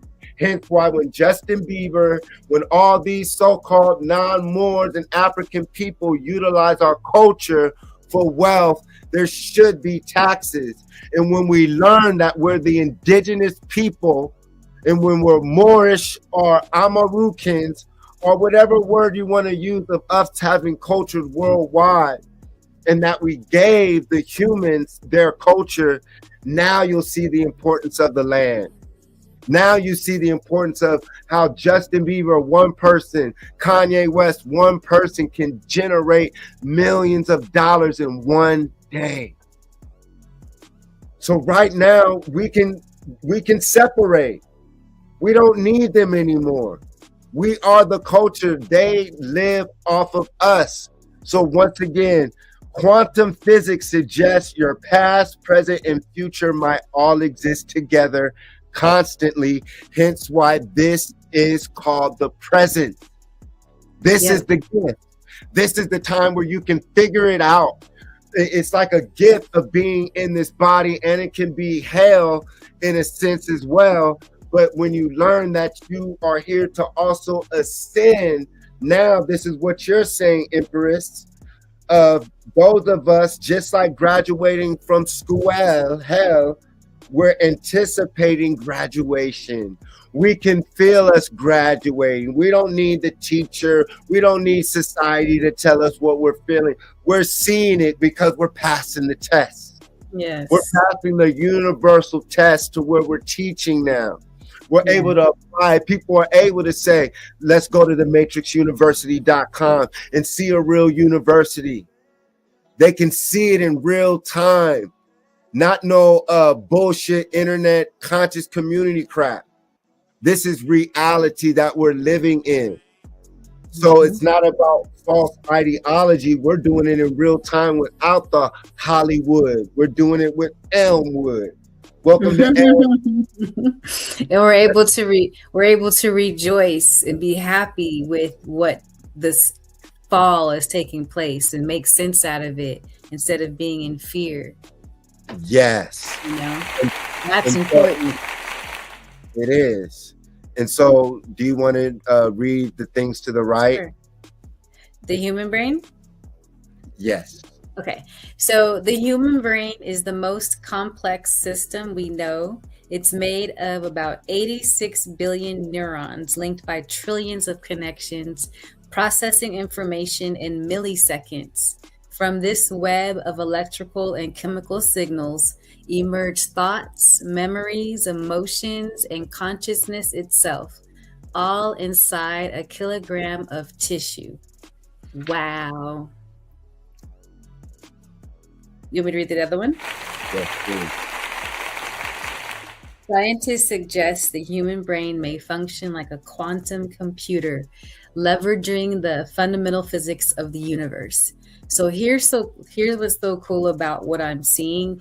We were in Vegas a few years ago for the NAB event. And remember, it was like 1 or 2 in the morning, and we were standing on the 50th floor looking outside at all the buildings across from us. And we were watching the buildings download information into the ground and then upload information into like the ethers, because Las Vegas is like an information hub. So the picture that you see here, where it has like all the different brains connected and it's got like the consciousness, it's connected, that's similar to what was happening in Las Vegas with just the buildings itself. It literally downloads information and uploads. So, side note, if you're ever in Vegas and you're up at 1, 2 in the morning, remember we were tripping off that? You will see it's like the buildings are alive. Nothing is dead. So everything is alive, including the buildings that you see, the table. It's all vibrating off of a higher frequency, right? But because we're asleep, we think it's solid. Well, the buildings are alive, and you can see that at night. You can see them downloading information and uploading information into the ethers. And we were tripping like, this is insanity. So when I see this picture of the brain and how it works, of course, it's similar to the mycelium network, where trees, you'll have the trees and then they have the roots, and then underneath, I mean, they're communicating, everything's communicating. So if the trees are communicating that way, that means you're attached to that same network. Okay, which would be mind-blowing for you and tell you how highly intelligent we should be, but we're not activating our brains. Our neurons aren't popping like they should be. So we have to learn. That's why it's imperative we unplug and, figure out what we need to do. We need to figure out what we need to do to get us to vibrate off of a higher frequency again. And that requires you to tap into self and talk to your ancestors so that they can then guide you on what it is you should do. It's your job then to follow those directions.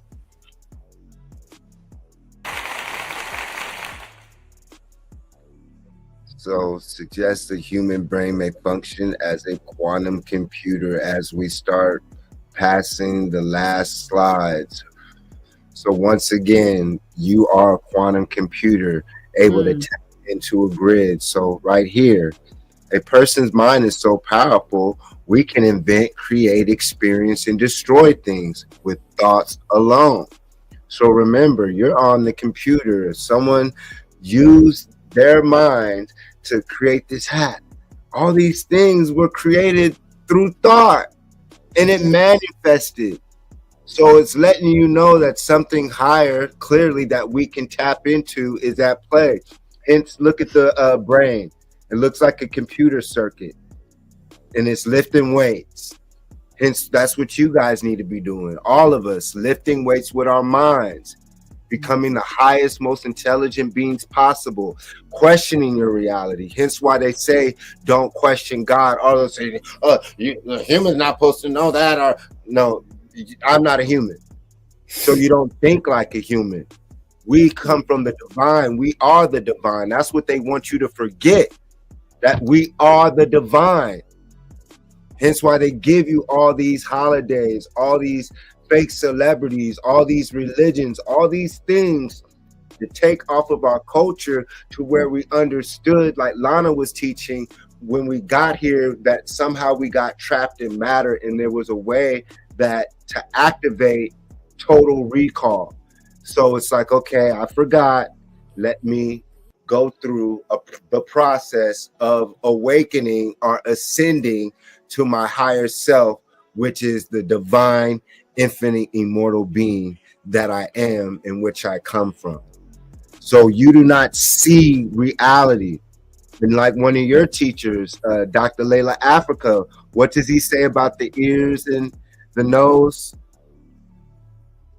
They're all instruments. You have to exercise or fine tune your instruments. If you've ever played an instrument, you know that you have to fine tune your instrument in order for it to sound right or play right. Otherwise, it'll be off. Again, with the description I described when it comes to just writing with one hand instead of being in homeostasis and balanced and writing with both. So, yes, we are a walking instrument. And there you go. Humans actually emit tiny amounts of light. Biophotons. People say you should be able to say that. Biophotons. I thought it was going to be spelled different. Biophotons, invisible to the naked eye, but detectable with sensitive instruments. So once again, atoms, photons, neurons, and electrons are like mirrors. And they also say when you look into the atom, it's a wave. It's not what they showed us. Yeah. So once again, we're allowing them to program us images of things that we don't even know able to investigate ourselves. And as further investigation goes, they start revealing, oh, it's a frequency and it has consciousness. And now they're saying, oh, you emit light, so you do have an aura field. So what the Phoenicians and the Egyptians and Africans were saying, but they'll say, oh, the Asians knew that. The Far East, we're the original Asians. We're the original Asiatics. That's us. Go study Angkor Wat. Study Mortal Kombat and all that. So the mind's limitless power. Watch the movie Limitless. The movie Limitless is an example. They're showing you a pill that activates a chemical in your mind. So that means that there's a way for you to do that in real time. So if they're showing you a movie called Limitless, what herb is in the Congo jungle that we can eat that activates that? Once again, them changing our deities to diet instead of finding our deities to activate our minds. Your consciousness, it reads, as we close it out, your consciousness mind controls brain activity just 5% of the day. Your unconscious mind controls brain activity and your thoughts 95% of the day. Your thoughts, whatever worries and troubles you, controls you. Thoughts become things. You are confined only by the dominating negative thoughts of your past. Your brain is constantly developing and continues to develop new neurons throughout your life in response to mental activity. You have 70,000 per day, 70,000 thoughts per day. They say the little voices inside your head that say I can do this is not your friend. The little voice inside your head that says I can't do this is not your friend. I agree.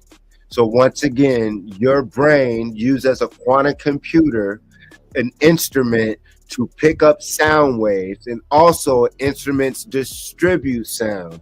So once again, when you say sun ray, you take off the Y, it says sun Ra. Same thing when they say in Jesus' name we pray to Amen. If they put Amen Ra, it leads to Kemet. It leads to you. It leads to you as a more in all of your civilization, sciences, Lemuria, all these so-called resets, which I tell you to study the show Westworld, and you'll learn how you are coming on as a true sentient being, and the others, NPCs, are robots. Hence, like they say, the Agent Smith. So those who are not rising to ascension are the new robots, the new lower class, not an egotistical thing. Class, meaning just like in class, you have advanced class, you have the lower class, you have special ed class, and then you have other lower classes. So those who are graduating are going to a higher class of thought, which they label Thoth or Tahuti, which is simply you and I when you're operating, and there's what they will call radio stations in the universe for you to tap into, for you to be able to phone home as an extraterrestrial, as an infinite being of light trapped are experiencing the Ba, the Ka, the Kaaba, the breath of life, a gift and a curse, a present.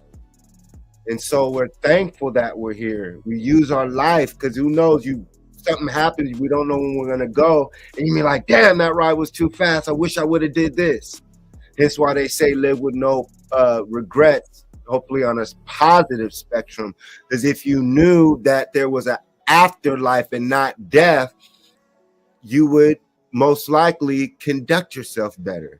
You would love your neighbor and everyone better because you would knew that it's all about ascension, or you would have to come back here. Hence why they're trying to trap you here with false ideologies, false idols. So you think that all of this is real, and you think that you die and you get trapped here thinking that this is it. And then they control your death imagination with heaven and hell. Hence why in Kemet, ancient Egypt, we prepared for the afterlife, right? Wouldn't that make sense?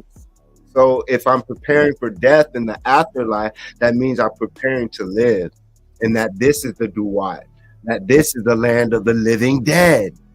So the goal would be to get out away from the living dead, the zombies.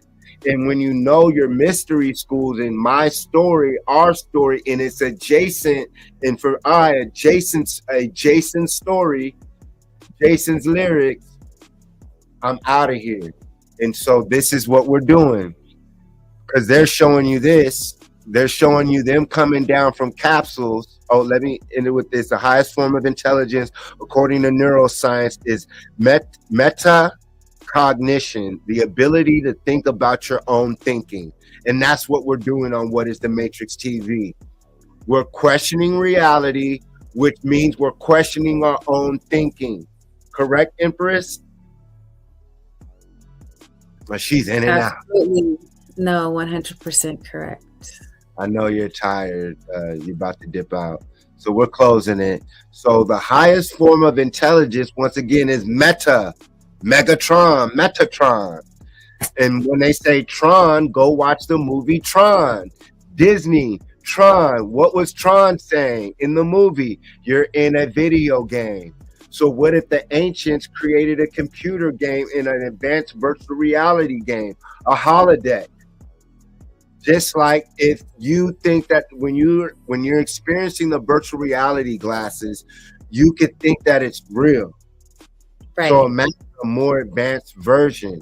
That's where you're in your body, the stars and all that are part of the Matrix hologram video game, and the dirt, the trees, and all these things are part of the construct. And the goal is to ascend and win the video game in a multiplayer, single player game. You're plugged in, but you possibly could have plugged in with some of your friends and they could look different, just like in Ready Player One. Hence, find your soulmate. And soulmates are tribes and your nations and empires, and create your sim city, your simulation city. And that's the goal, to create it and ascend.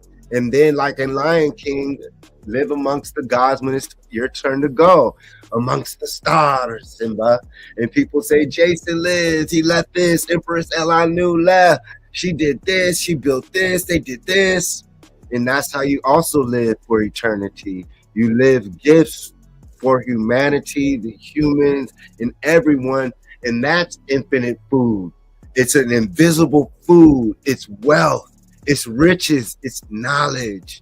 You can eat it. You can live off of it. You can create with it and do other wicked things, but you can live off of knowledge. And that's what they fear. They fear us, we the people, activating the knowledge within to create our own simulation city off of the nature. And imagine how fun that is and was and is gonna be. Right. Where we create off of this beautiful existence while we're in this present time.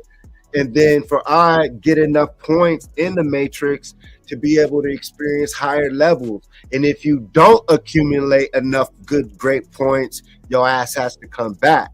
And if you do bad stuff, you might come back a dog chained up to a hot ass fence in Coachella with no water or food, you know? So just like points in the video game. So scientists found that we are body emitting visible glows of light, which disappear when we die. So when I saw my father pass on, not die, he passed his class, passed to a different dimension, and the light, the machine was there, but what was operating it, the soul, had left. My little alien, my father is an alien, Lana saw, and it's all connected. Look at your brain to the infinite cosmos. You are it. That's why they use the word God and Jesus and all these things. Unless you use it as an archetype to escape the matrix, then it's harm.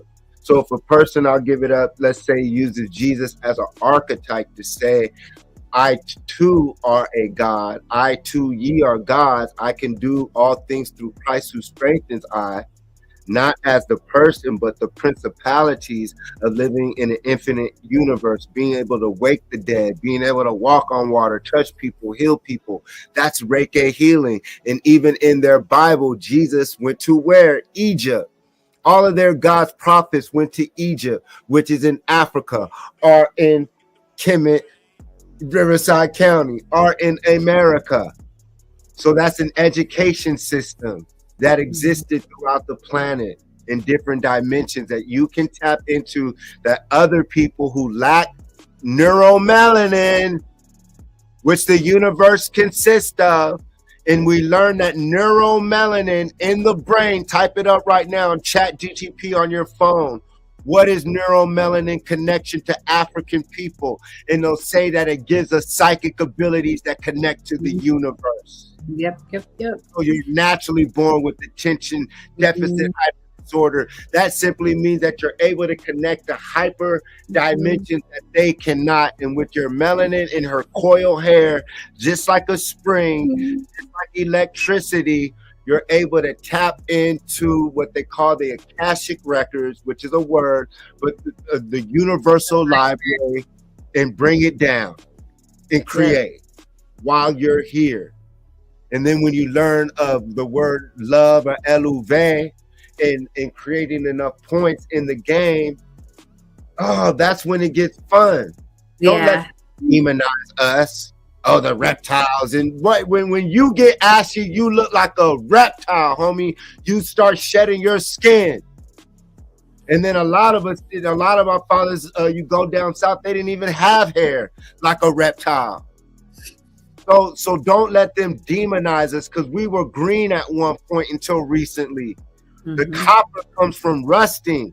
You have metals inside of you. You have metals and elements that no other so-called race has as African and Moorish people.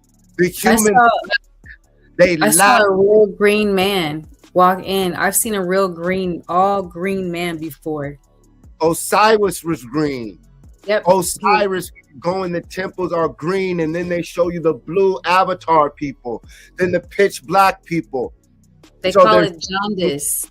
They're showing you, what was that word? They call it jaundice, but a lot of African American so-called or black kids that are born, they'll say they have jaundice and they'll have a green back. Both my kids had green backs. They were green. They were green when they were born. Pataites. And so, like they say, I'm not the first to say this, but the brother says, much love to Dr. Malachi Z. York. He has a lecture called Little Green Men. And I don't know if he compares it to the Pataites. Don't quote me on this one. But when you talk about little Twa, and if we're in an environment where there's trees, there's rivers, we're eating more of a fruit, nutrient. Yes. I don't like to use diet. Nutrient eating, you would be more green. And so hence why they say the little green men would be us, or the tall, green men. Hence why those would be what we descend from before the colonization and them dropping a nuclear bomb on this planet. Go watch the show 100. And that's what I feel, either another group of extraterrestrials are going to show up. And if they don't look like us, they're not for us. And that's what I also feel they possibly could be preparing us for, is an invasion or a fake of hybrids, these clones, and the same thing they did in Atlantis, Lemuria, all over the planet, where they came, destroyed. So what you're looking at with the Donald Trumps and the US government going around colonizing indigenous people, when we look at the people in Iraq, those aren't the indigenous people. The indigenous people of Iraq are what today you call Moorish or African people, dark-skinned, woolly, wavy-haired people. So same thing like in America. We are the original Americans, but they use the Native Americans to replace us. And now you think that the original people here would be white or Caucasian. So experiment hints, as we close it, experiment hints consciousness may connect to the universe through quantum physics. And Empress, can you close these last ones? And so we'll end it. So it says basically the pandemic didn't. Oh, I know we're trying to end it. Here we go. It's the last one. Hold on, So I'll read it. I'll read it. Wait, the pandemic didn't just change the world? Okay. The pandemic didn't just change the world. It rewired human time perception. Stress, uncertainty, fear, monotony, isolation. All of it hit the brain systems that handle future planning and memory formation. Sorry, the words are like just super big right now. According to psychologists, time itself changed after 2000 and changed again after 2020. Not because life sped up, but because the human brain stopped recording life properly. Here's the shocking truth. Our sense of time began collapsing after 2000, not because clocks changed, but because the brain did. Constant stimulation made memory recording shallow. And that's a multi-university psychology analysis from Stanford and UCLA found. So yeah, that's interesting. It says it stopped. Wow. It rewired human time perception. That's interesting, yeah, because everyone, I think what happened is everyone was used to things just going, in a circle. Everything was just, it was systematic, and then things changed literally overnight, and people had to conform to a different reality. Wow. So that's what I was saying, and so it's happening again and again. You see what I mean? So that kind of abrupt change can cause people to be stressed. So when you have stress, especially in ladies, we get stressed. It raises our cortisol levels, which means that our body isn't being repaired properly because we have to be in REM, rapid eye movement. The body has to go into a repair mode at certain times of the day. And if it's interrupted, the body can't repair itself properly. So you have women and men, both that are at high stress levels. The body's in fight and flight mode. So now your body's out of shape. You go to the gym. You're going to the gym 2 times out of the day. Can't figure out why you can't get rid of certain stress bellies and certain, you know what I mean? Because of what people are experiencing right now. They can't process what's happening. It's a huge adjustment in their reality. Imagine, like we said, growing up, we grew up in the hip hop era. You know what I mean? Either we grew up seeing it beginning, or we grew up smack dab in the middle of it, right? So that's all we knew. Or basketball, there were sports. We grew up seeing sports, and that reality is collapsing. Men are realizing that I gotta go buy, if I want to go see sports, I'm literally buying a digital ticket. Like I'm at home and I'm digitally projected into the stadium. What happened to the reality of going there and experiencing it? So imagine one day you're going to a gym, you're sitting there, the next day you can't because they say you got to wear a mask because of COVID. So yeah, I can only imagine like what kind of, again, mental illness this is causing for folks. Wow. It rewired human perception. You're amazing, goddess. Thank you. And that's what we've been on this year, is the timeline shit. So they're switching, they're changing things, they're saying this isn't real, that, and it's confusing people, depression. People don't know where to go, hence why they're going to go to the church, because that's the only system of advanced knowledge, they say, outside of what they've been taught.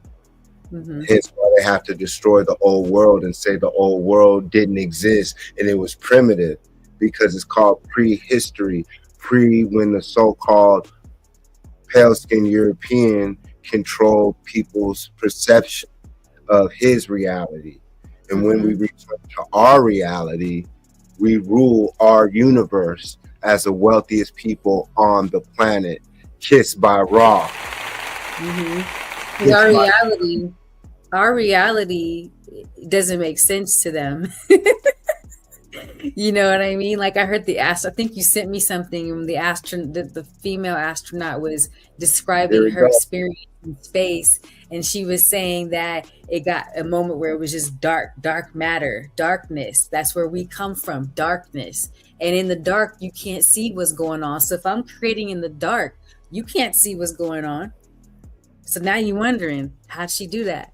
Well, because that's how we get down. We create in the dark. We are from the dark. And so that was symbolic to me, because she's describing something. She's letting you know straight up where we come from. The originals. We went up to where the originals were. It got dark. So when you die, that's why you don't go to the light, you go to the dark. Because that's where you come from. She just said it. It got dark. It's black. They said go study Dr. Wesley Muhammad out the Nation of Islam. He has a book called Black Aliens and UFOs, and so does, I believe, Hakeem Bey or Alim Bey on black extraterrestrials. And learn about Mars. Like I show you in the original Total Recall, the Martian was black. And he said his ancestors were in the pyramids, buried. So that meant that before Arnold Schwarzenegger's dream in the video game, you as a Martian are more Marvin the Martian. Hence why they show Marvin the Martian with the Etruscan Trojan. You're the original Trojans, and he's on Mars. Is because for my teachings in memory, we were already on Mars.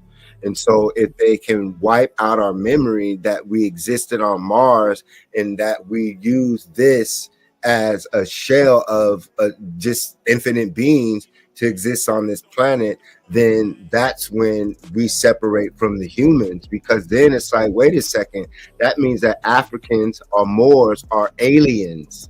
And hence why they have tribes and nations called aliens. And so Alis. So yes, we are the aliens, extra to terra. So that's where we descend from. And what did they call it? They called it Mission Artemis, which goes back to Greek mythology, then goes back to Kemet. And so what did they call it when it landed? Oh, Orion. There you go. And it was burning up. But when it hit the water, no steam coming out, no nothing. If it was 5,000 degrees, wouldn't there been some steam when it splashed the water? Yeah. And then, so you have to apply common sense to this whole scenario. I just asked so many questions, like going as fast as they went. You know what I mean? Like you're gonna be out for a while, going that fast, eating down that fast. Like, you're not hopping out of there like, hey everybody, hi.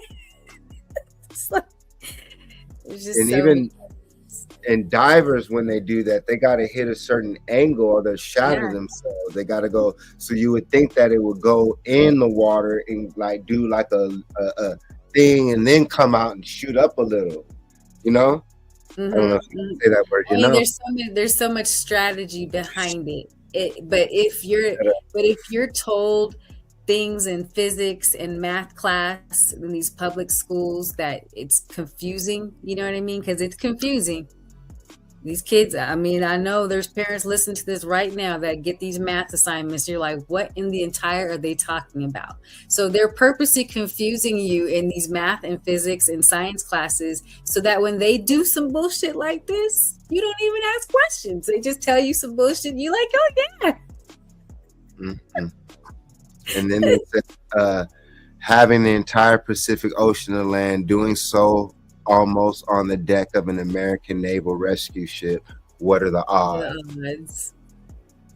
And so they pointed out, if it's true, everyone go look this up, because you know I do my research for every show.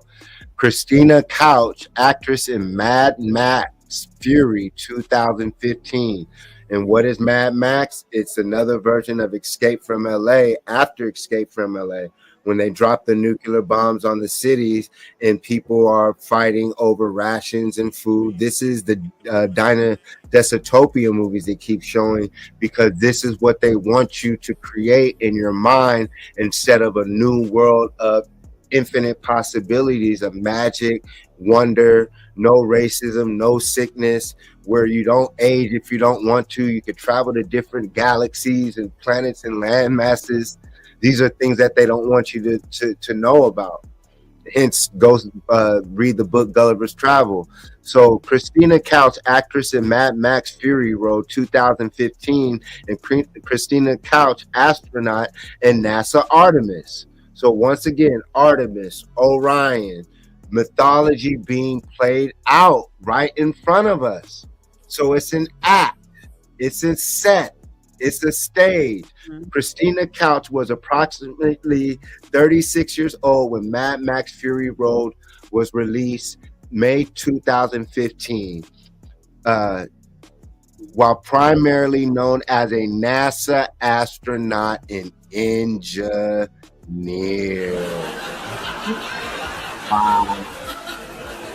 She has a credited acting role as one of the Volvinia in the movie. So right there, it's showing you that NASA hires actors to play astronauts. And you were talking about that when she was talking, she was nervous, she was talking all weird, and it was like you were saying you would expect her to be more in shape. Go ahead. What you were saying? The first thing I saw when I saw this landing, I saw how fast they were describing how fast it was going. I can't remember, but in my head, I thought that's awfully fast. If you're going that fast in this space, small little craft, right? You're most likely crunched up. You're not comfortable, and let's say they are comfortable. Still, you're going pretty fast. If you're going pretty fast, you're still kind of, you know what I mean? Your body should be stiff, because that's going pretty fast. And so then you get there and you can't tell me that they get out of this thing here and they're getting out of there and they're just like, hey, like your legs have to hurt. There has to be some kind of pressure is what I'm thinking. And so someone says to me, oh yeah, they work out and they prepare for this. I'm like, they don't look like they work out for preparation of something like this. I would expect them to be more fit and in shape. You know what I mean? I don't know. I could be wrong, but everyone go to the Los Angeles History Museum, who's in California, and they have the actual capsules of these. And you look at it, it's like there's no way. Yeah, it's really small. So you take something that small and then you take that much pressure from it coming as fast as it's coming or landing, and look at them. They don't even look, come on, that's just, I don't buy it. It's like being in a car accident. You're not getting out, hey everybody. Oh, wow. Wow. Interesting. The ambulance got to be there or something. I mean, I see that they are, but I don't know. I would think it would take them some time, a few days to recover after that. Look at the bottom. That's what it looks like. The guy hauling the little Marvin the Martian spaceship. And there it goes. Like a lit cigarette. It looked like a lit cigarette flying out of the sky. Man. On the way here. A close-up view of Orion spacecraft. And there you guys go. And then as it goes down to demystifying the Indian gaming casinos, getting our sovereignty, slots, the interwoven history of Native American tribes and casinos, how they utilize the lands to make billions and millions of dollars. Man, I used to wonder about that. I was like, how is it that they have these casinos making all this money? And I knew people, because we're out here Temecula area. I knew a lot of quote unquote Native Americans that were getting this money. A lot of them, they get like a good chunk of money a month. 3,000, 5,000, 10,000, and all they do is, they don't invest. Some of them, I guess, their inheritance. And these youngsters are out here just buying drugs and getting drunk with the money.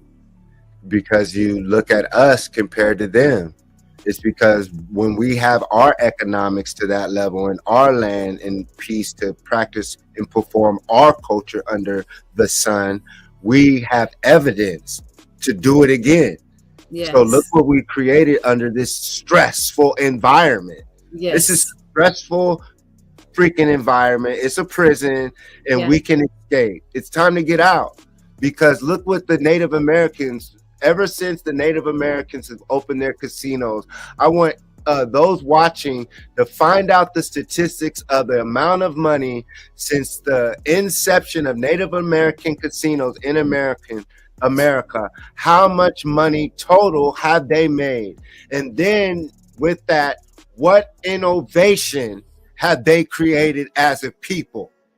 And then compare it to us, what we can create when we have billions and trillions of dollars in our free land, a fertile land, and able to use the sun and nature in harmony, in a reciprocal relationship, the civilizations that we can create.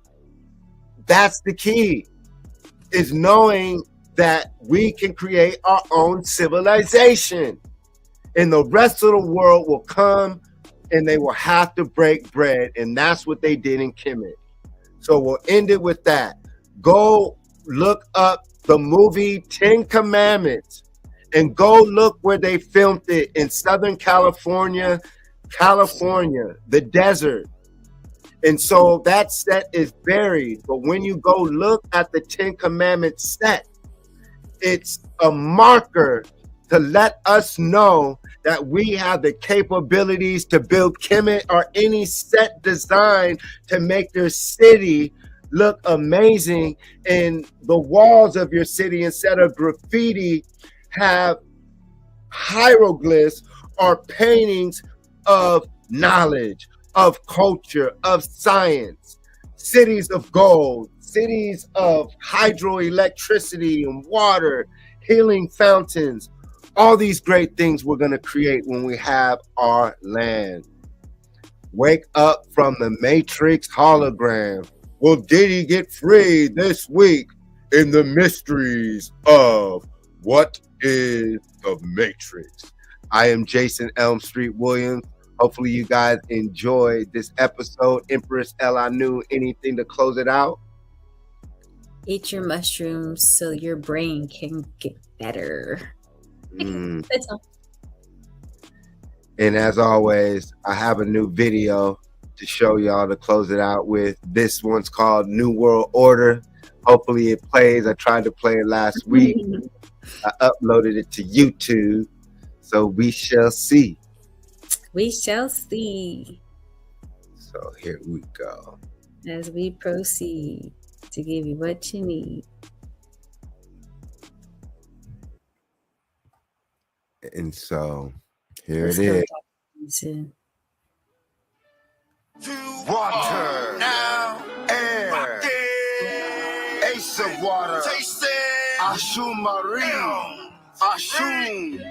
Yin and Yang. Peace to the gods. Dwarves and gnomes. Peace to the goddesses. Oba. California. Water. West Coast. Air. Let's go. It's a new world order. It's a new world order. Come on, come on. It's a new world order. It's a new world order. It's a new world order. It's a new world order. Time to wake up. It's a new world order. Better wake up. It's a new world order. It's time to wake up. It's a new world order.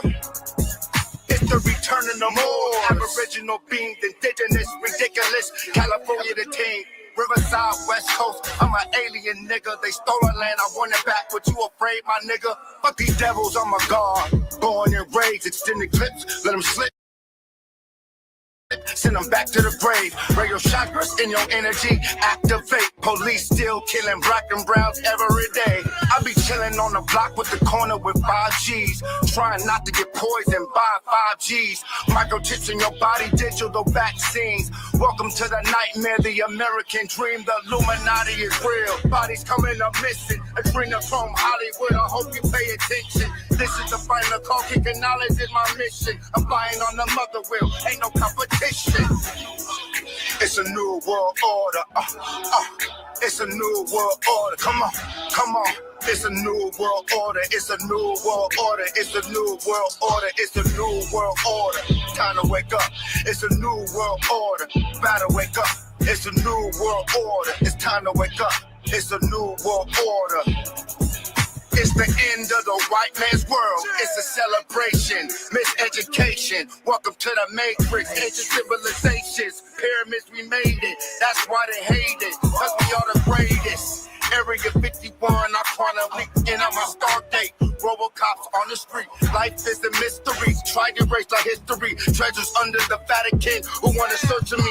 Life on planet Mars, did you not know? Watch the X-Files, it's the TV show. Eat a magic mushroom and see a UFO.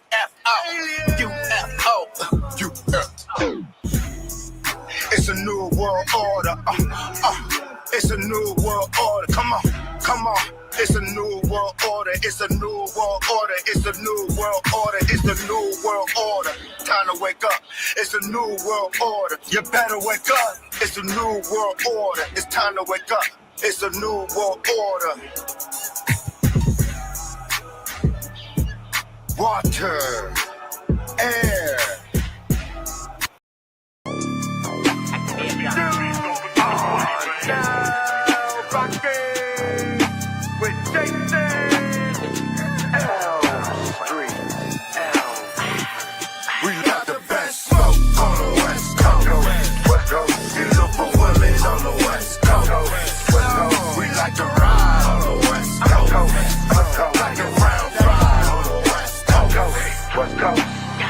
Hands to the sky, black and brown pride in the sets again. Erase the color line, but flood on my Mexican. Our people have been here long before colonizers came. The devil slipping, blow out the pilgrim. Police still killing black and brown brothers. They don't give a fuck. The mothership about to return and pick my people up. Watch me swim in gold like I am Scrooge McDuck. Spirit of California. Praise the ancient goddess, light up some marijuana. Roll up the tree, set fire to the ganja. The gringo isn't the Diablo, always starting problems. Wear the wrong color on this coat, guaranteed to text my blood. Activate my pyramids in California, in Mexico. UFO. We got the best smoke on the West Coast. West Coast. You look for women on the West Coast. We like to ride on the West Coast. Like a brown ride on the West Coast. Represented, I'm the hardest in it. Fuck the critics, ain't nobody hard as gritty. Black and brown come together, we ain't backing down. I've been in the Hardy City, got the bloodline of a king. Gotta come together, we all in the same game. One God, one universe, all unity, and ain't shit changed. Gotta mount up, but they dumb us down with that fake shit that they teach us now. We been living in the belly of the devil, battling so we can make it out. Fuck the politics and the president, fuck the White House till they let us in. We gon' go to war, we ain't hesitant. If they want to smoke, then I'm a hella shit. We the last living of a dying breed. Ain't nobody with the pen as hard as it's me. Every time I rap it hit an artery. Ain't nobody fucking with my artistry. We the holy guys, we invented time. We gon' send a missile like it's Lebanon. I been eating rappers like it's dinner time. Suckers hibernating like it's dinner time. Smoke on the West Coast. West Coast. You look for women on the West Coast. West Coast. We like to ride on the West Coast. Like a round ride on the West Coast. We got the best smoke on the West Coast. West Coast. You look for women on the West Coast. West Coast. We like to ride.